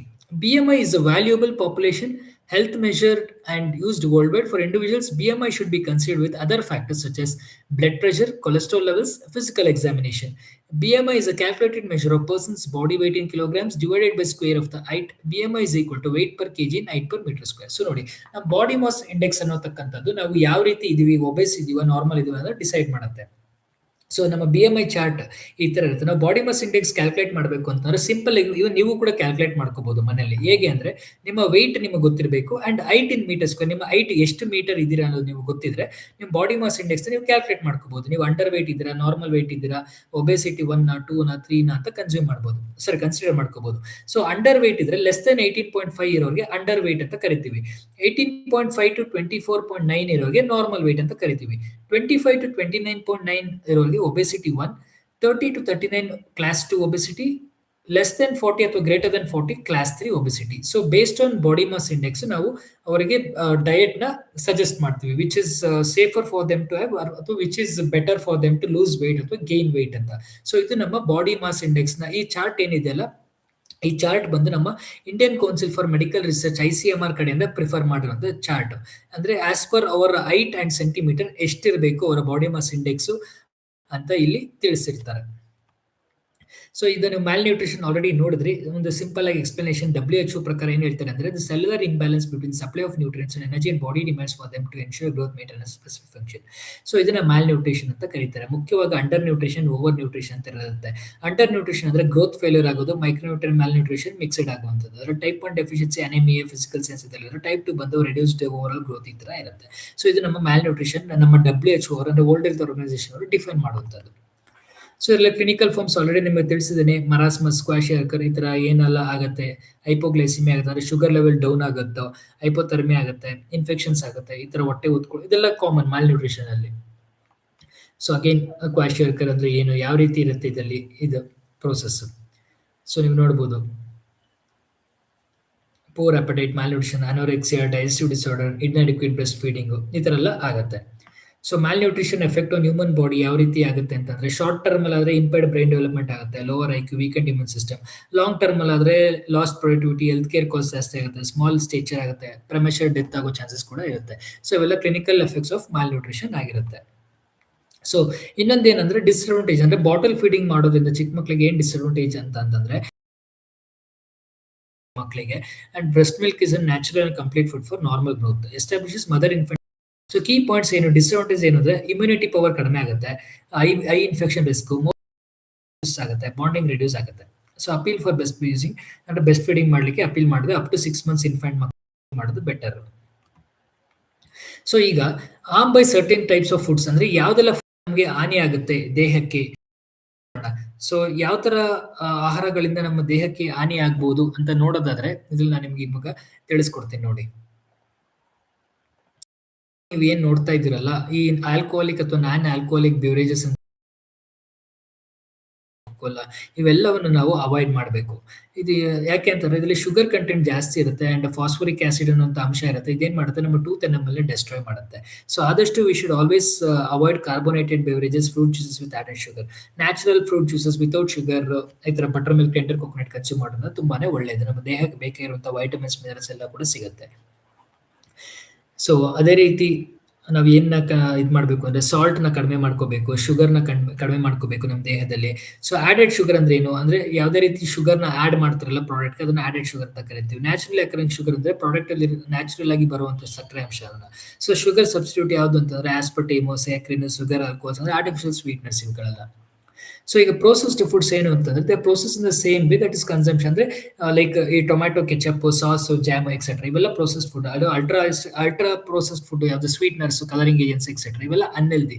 So ನಾವು ಆಲ್ವೇಸ್ ಇವನ್ನೆಲ್ಲ avoid ಮಾಡಬೇಕು. ಯಾವ್ದೆಲ್ಲ ಫ್ಯಾಟಿ ಫುಡ್ಸ್, ಶುಗರ್, ಈ ತರ hypertension causing fruits, fruit mixes, juices, ಸಾಸಸ್ನೆಲ್ಲ, non alcoholic ಬೆವರೇಜ್ನೆಲ್ಲ prevent ಮಾಡಬೇಕು. So ಇವೆಲ್ಲ ನಮಗೆ ಹಾರ್ಮ್ ಮಾಡುವಂತ ಪ್ರಾಡಕ್ಟ್ಸ್ ಗಳಾಗಿರುತ್ತೆ. ಸೊ ಅದೇ ರೀತಿ ಕಾಫಿ, ಟೀ ಬಂದಾಗ ಇದರಲ್ಲಿ 80 to 120 mg ಕ್ಯಾಫಿನ್ ಇರುತ್ತೆ ಕಾಫಿಯಲ್ಲಿ, 50 to 65 mg ಟೀ ಅಲ್ಲಿ ಇರುತ್ತೆ. ಸೊ ಈ ಕ್ಯಾಫಿನ್ ಅಂಶ ಅನ್ನತಕ್ಕಂಥದ್ದು ಟಾಲರಬಲ್ ಲಿಮಿಟ್ ಪರ್ ಅಡಲ್ಟ್ಗೆ 300 mg ಪರ್ ಡೇ ಆಗಿರುತ್ತೆ. ಎಕ್ಸೆಸ್ ಆಫ್ ಕನ್ಸಂಪ್ಷನ್ ಏನ್ ಮಾಡುತ್ತೆ, ನಮ್ಮ ಬಾಡಿಲಿರುವಂತ ಬೋನ್ಸ್ಗೆಲ್ಲ ಎಫೆಕ್ಟ್ ಮಾಡುತ್ತೆ. Excessive consumption also blood pressure cause ಮಾಡುತ್ತೆ, ಹಾರ್ಟ್ ಬೀಟ್ ನ ಜಾಸ್ತಿ ಮಾಡುತ್ತೆ, elevated levels of LDL cholesterol ಆಗುತ್ತೆ. ಸೊ ಆದಷ್ಟು ನಾವು soft drinks, synthetic soft drinks, coffee, ಟೀನು ಕೂಡ ಕಡಿಮೆ ಮಾಡೋದು ಒಳ್ಳೆಯದು. So always we should consume clean and healthy food. Your food deserves your protection. So ನಮ್ಮ FSSAI food standards and safety ಅಥವಾ food safety and standards microbial contamination, chemical ಇದನ್ನೆಲ್ಲ prevent ಮಾಡ್ಲಿಕ್ಕೋಸ್ಕರ always consuming a safe and hygienic foods. Always we should ensure we doesn't consume the street food. ಅಂದ್ರೆ ನೀವು street ಕಡೆ ಏನಾದ್ರು ತಿಂತಿದ್ರೆ ಆಹಾರ ಅನ್ನೋದು ಒಳ್ಳೆಯದು. ಸೊ ನೀವು ಯಾವುದೇ ಆಹಾರ ತಗೊಳ್ಳೋಕ್ ಮುಂಚೆ ನೀವು ಲೇಬಲ್ ಇನ್ಫಾರ್ಮೇಶನ್ ನೋಡೋದು ತುಂಬಾನೇ ಮುಖ್ಯ. ಅದರಲ್ಲೂ ಈ ತರ ಸೈನ್ಗಳಿತ್ತು ಅಂದ್ರೆ you can easily purchase the product. ಅದು FSSI ಸೈನ್, ISI ಸೈನ್ ಇರುತ್ತೆ, ಅಗ್ರಿಕಲ್ಚರ್ ಅಗ್ಮಾರ್ಕ್ ಸೈನ್, ವೆಜಿಟೇರಿಯನ್ ಆದ್ರೆ ಗ್ರೀನ್ ಇರುತ್ತೆ, ನಾನ್ ವೆಜ್ ಟ್ರಯಾಂಗಲ್ ಇರುತ್ತೆ, ಜೈವಿಕ್ ಭಾರತ್ ಅಂದ್ರೆ ಆರ್ಗ್ಯಾನಿಕ್ ಫುಡ್ಸ್ ಇರುತ್ತೆ, ವೇಗನ್ ಫುಡ್ ಅಂದ್ರೆ ಈ ತರ ವಿ ಇರುತ್ತೆ. ಸೊ ಈ ತರ ಲೋಗೋ, ಈ ತರ ಸೈನ್ಸ್ ಇತ್ತು ಅಂದ್ರೆ ನೀವು ತಗೊಳ್ಳುವಂತ ಫುಡ್ ಅವಾಗ ಸೇಫ್ ಇರುತ್ತೆ ಅಂತ ಹೇಳ್ಬೋದು. ಅದರಲ್ಲೂ ಕೆಲವೊಂದು ಸಲ ಅನ್ಸೇಫ್ ಇರುತ್ತೆ, ಬಟ್ ಮೇಜರ್ಲಿ ನೀವು nutrition fact, expiry date, manufacture, so ಇದು ನೀವು ನ್ಯೂಟ್ರಿಷನಲ್ ಇನ್ಫಾರ್ಮೇಶನ್ ಲೇಬಲ್ಸ್ ನೋಡಿ ತಗೊಳ್ಬೇಕಾದಂತ ಚಾಯ್ಸಸ್. ಸೊ ಕೀ ಪಾಯಿಂಟ್ಸ್ ಏನೆಲ್ಲ ಅಂತ ನಾನು ತಿಳಿಸಿದ್ದೀನಿ, ಯಾವ ರೀತಿ ನೋಡಬೇಕಾಗತ್ತೆ, ಏನೆಲ್ಲ ನೋಡಬೇಕು, energy, carbs, fats, sodium, dietary fibre, recommend dietary ಅಲೋನ್ಸಸ್ ಏನಿದೆ, ಸೊ ಇದೆಲ್ಲ ನಾವು ನ್ಯೂಟ್ರಿಷನಲ್ ಇನ್ಫಾರ್ಮೇಶನ್ ಲೇಬಲ್ಸ್ ನೋಡಿ ತಗೊಳ್ಬೇಕಾಗಿರುವಂಥದ್ದು. ಸೊ ನಿಮ್ಗೆ ಏನಾದ್ರು ಕ್ವೆಶನ್ಸ್ ಇದ್ರೆ, ಡೌಟ್ಸ್ ಇದ್ರೆ ನೀವು ಕಮೆಂಟ್ ಮಾಡ್ಬೋದು. ನನಗೆ ಇವನ್ ಫಾಲೋ ಮಾಡಿ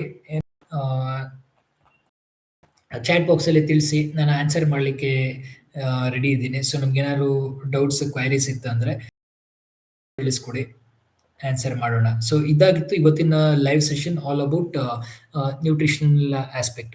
ಸೊ ಐ ಹೋಪ್ ನಿಮ್ಮೆಲ್ಲರಿಗೂ ಈ ಸೆಷನ್ ಇಷ್ಟ ಆಗಿತ್ತು ಅಂಡ್ ಇನ್ಫಾರ್ಮೇಟಿವ್ ಆಗಿತ್ತು ಅಂತ. ಸೊ ನಿಮ್ಮೆಲ್ಲರಿಗೂ ವಿಡಿಯೋ ಸೆಷನ್ ಇಷ್ಟ ಆಗಿದೆ, ದಯವಿಟ್ಟು ನನ್ನ ವಿಡಿಯೋ ಚಾನಲ್ನ ಸಬ್ಸ್ಕ್ರೈಬ್ ಮಾಡಿ, ಶೇರ್ ಮಾಡಿ, ಸಪೋರ್ಟ್ ಮಾಡಿ. ಇದೇ ರೀತಿ ನಿಮ್ಮ ಸಪೋರ್ಟ್ ನಮ್ಮ ಚಾನಲ್ ಮೇಲೆ ಇರಲಿ. ಇನ್ನು ಹಲವಾರು ನ್ಯೂಟ್ರಿಷನ್ ಟಿಪ್ಸ್ ಅಂಡ್ ಐಡಿಯಾಸ್ನ ನಿಮ್ಮ ಮುಂದೆ ತರ್ತಾ ಹೋಗ್ತೀನಿ. ಸೊ ಇನ್ನು ಯಾರೆಲ್ಲ ನನ್ನ ಚಾನಲ್ ಫಾಲೋ ಮಾಡ್ತಾ ಇಲ್ಲ ದಯವಿಟ್ಟು ಫಾಲೋ ಮಾಡಿ, ಸಬ್ಸ್ಕ್ರೈಬ್ ಆಗಿ ಅಂತ ಹೇಳ್ತಾ ಇಲ್ಲಿಗೆ ಲೈವ್ ಸೆಷನ್ ಎಂಡ್ ಮಾಡೋಣ. ಯಾರಿಗಾರು ಕ್ವಶನ್ಸ್ ಇತ್ತು ಅಂದ್ರೆ ದಯವಿಟ್ಟು ಚಾಟ್ ಬಾಕ್ಸ್ ಅಲ್ಲಿ ಹಾಕಿ, ಏನಿಲ್ಲ ಅಂತಂದ್ರೆ ಸೆಷನ್ ಅಲ್ಲಿಗೆ ಕ್ಲೋಸ್ ಮಾಡ್ತಾ ಇದ್ದೀನಿ. So thank you one and all. Thank you very much for cooperative with me for the entire 1 hour to 22 minutes. So thank you very much. So see you in the next session. Next video ಯಾವುದು ಒಂದು special episode ನ ನಿಮ್ಮ ಮುಂದೆ ತಗೊಂಡ್ಬರ್ತೀನಿ. So ನಿಮ್ಗೆ ಯಾವ್ದಾದ್ರು mind ಅಲ್ಲಿ ಈ ತರ ವಿಡಿಯೋ ಮಾಡಬೇಕು ಅಂತ ಆಸೆ ಇತ್ತು, ತಿಳ್ಕೊಬೇಕು ಅಂತಂದ್ರೆ ದಯವಿಟ್ಟು ಕಮೆಂಟ್ ಬಾಕ್ಸ್ ಅಲ್ಲಿ ಹಾಕಿ. ಒನ್ಸ್ ಲೈವ್ ಸೆಷನ್ ಆದ್ಮೇಲೆ ಇವನ್ ಇದು ನನ್ನ ವಿಡಿಯೋ ಕೂಡ ಅಪ್ಲೋಡ್ ಮಾಡಿರ್ತೀನಿ. ಸೊ ನೀವು ಯಾರೆಲ್ಲ ವಾಚ್ ಮಾಡಿಲ್ಲ ಕಂಪ್ಲೀಟ್ ವಿಡಿಯೋನ ವಾಚ್ ಮಾಡಿ. ಸೊ ಇಷ್ಟು ಹೇಳ್ತಾ today will end our live session. So happy weekend ಎಲ್ಲರಿಗೂ ಕೂಡ. Thank you.